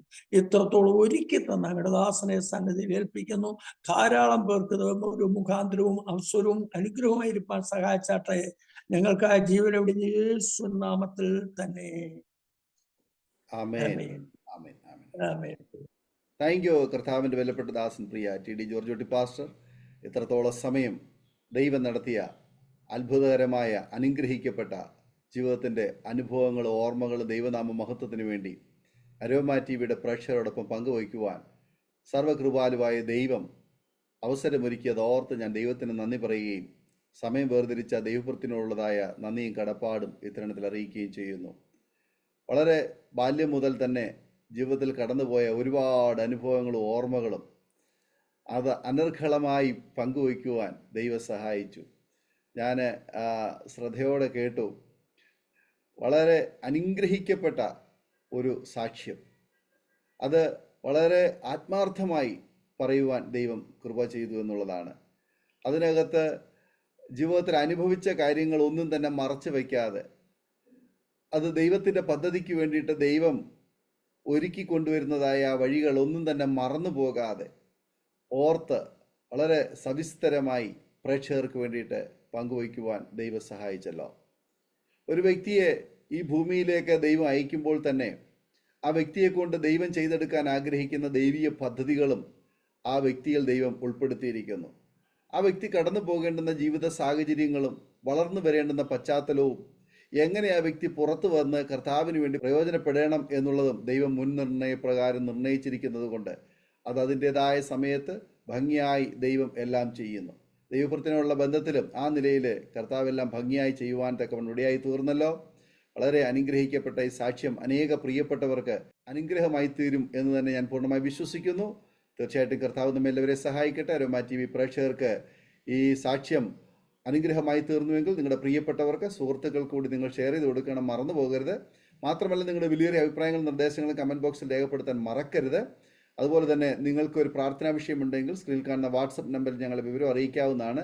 എല്ലാ തിങ്കളാഴ്ചയും രാത്രി 9 മണി മുതൽ സാക്ഷ്യം പറഞ്ഞ പ്രിയപ്പെട്ടവരോടൊപ്പം പ്രാർത്ഥിക്കുവാൻ നിങ്ങൾക്ക് അവസരമുണ്ട്.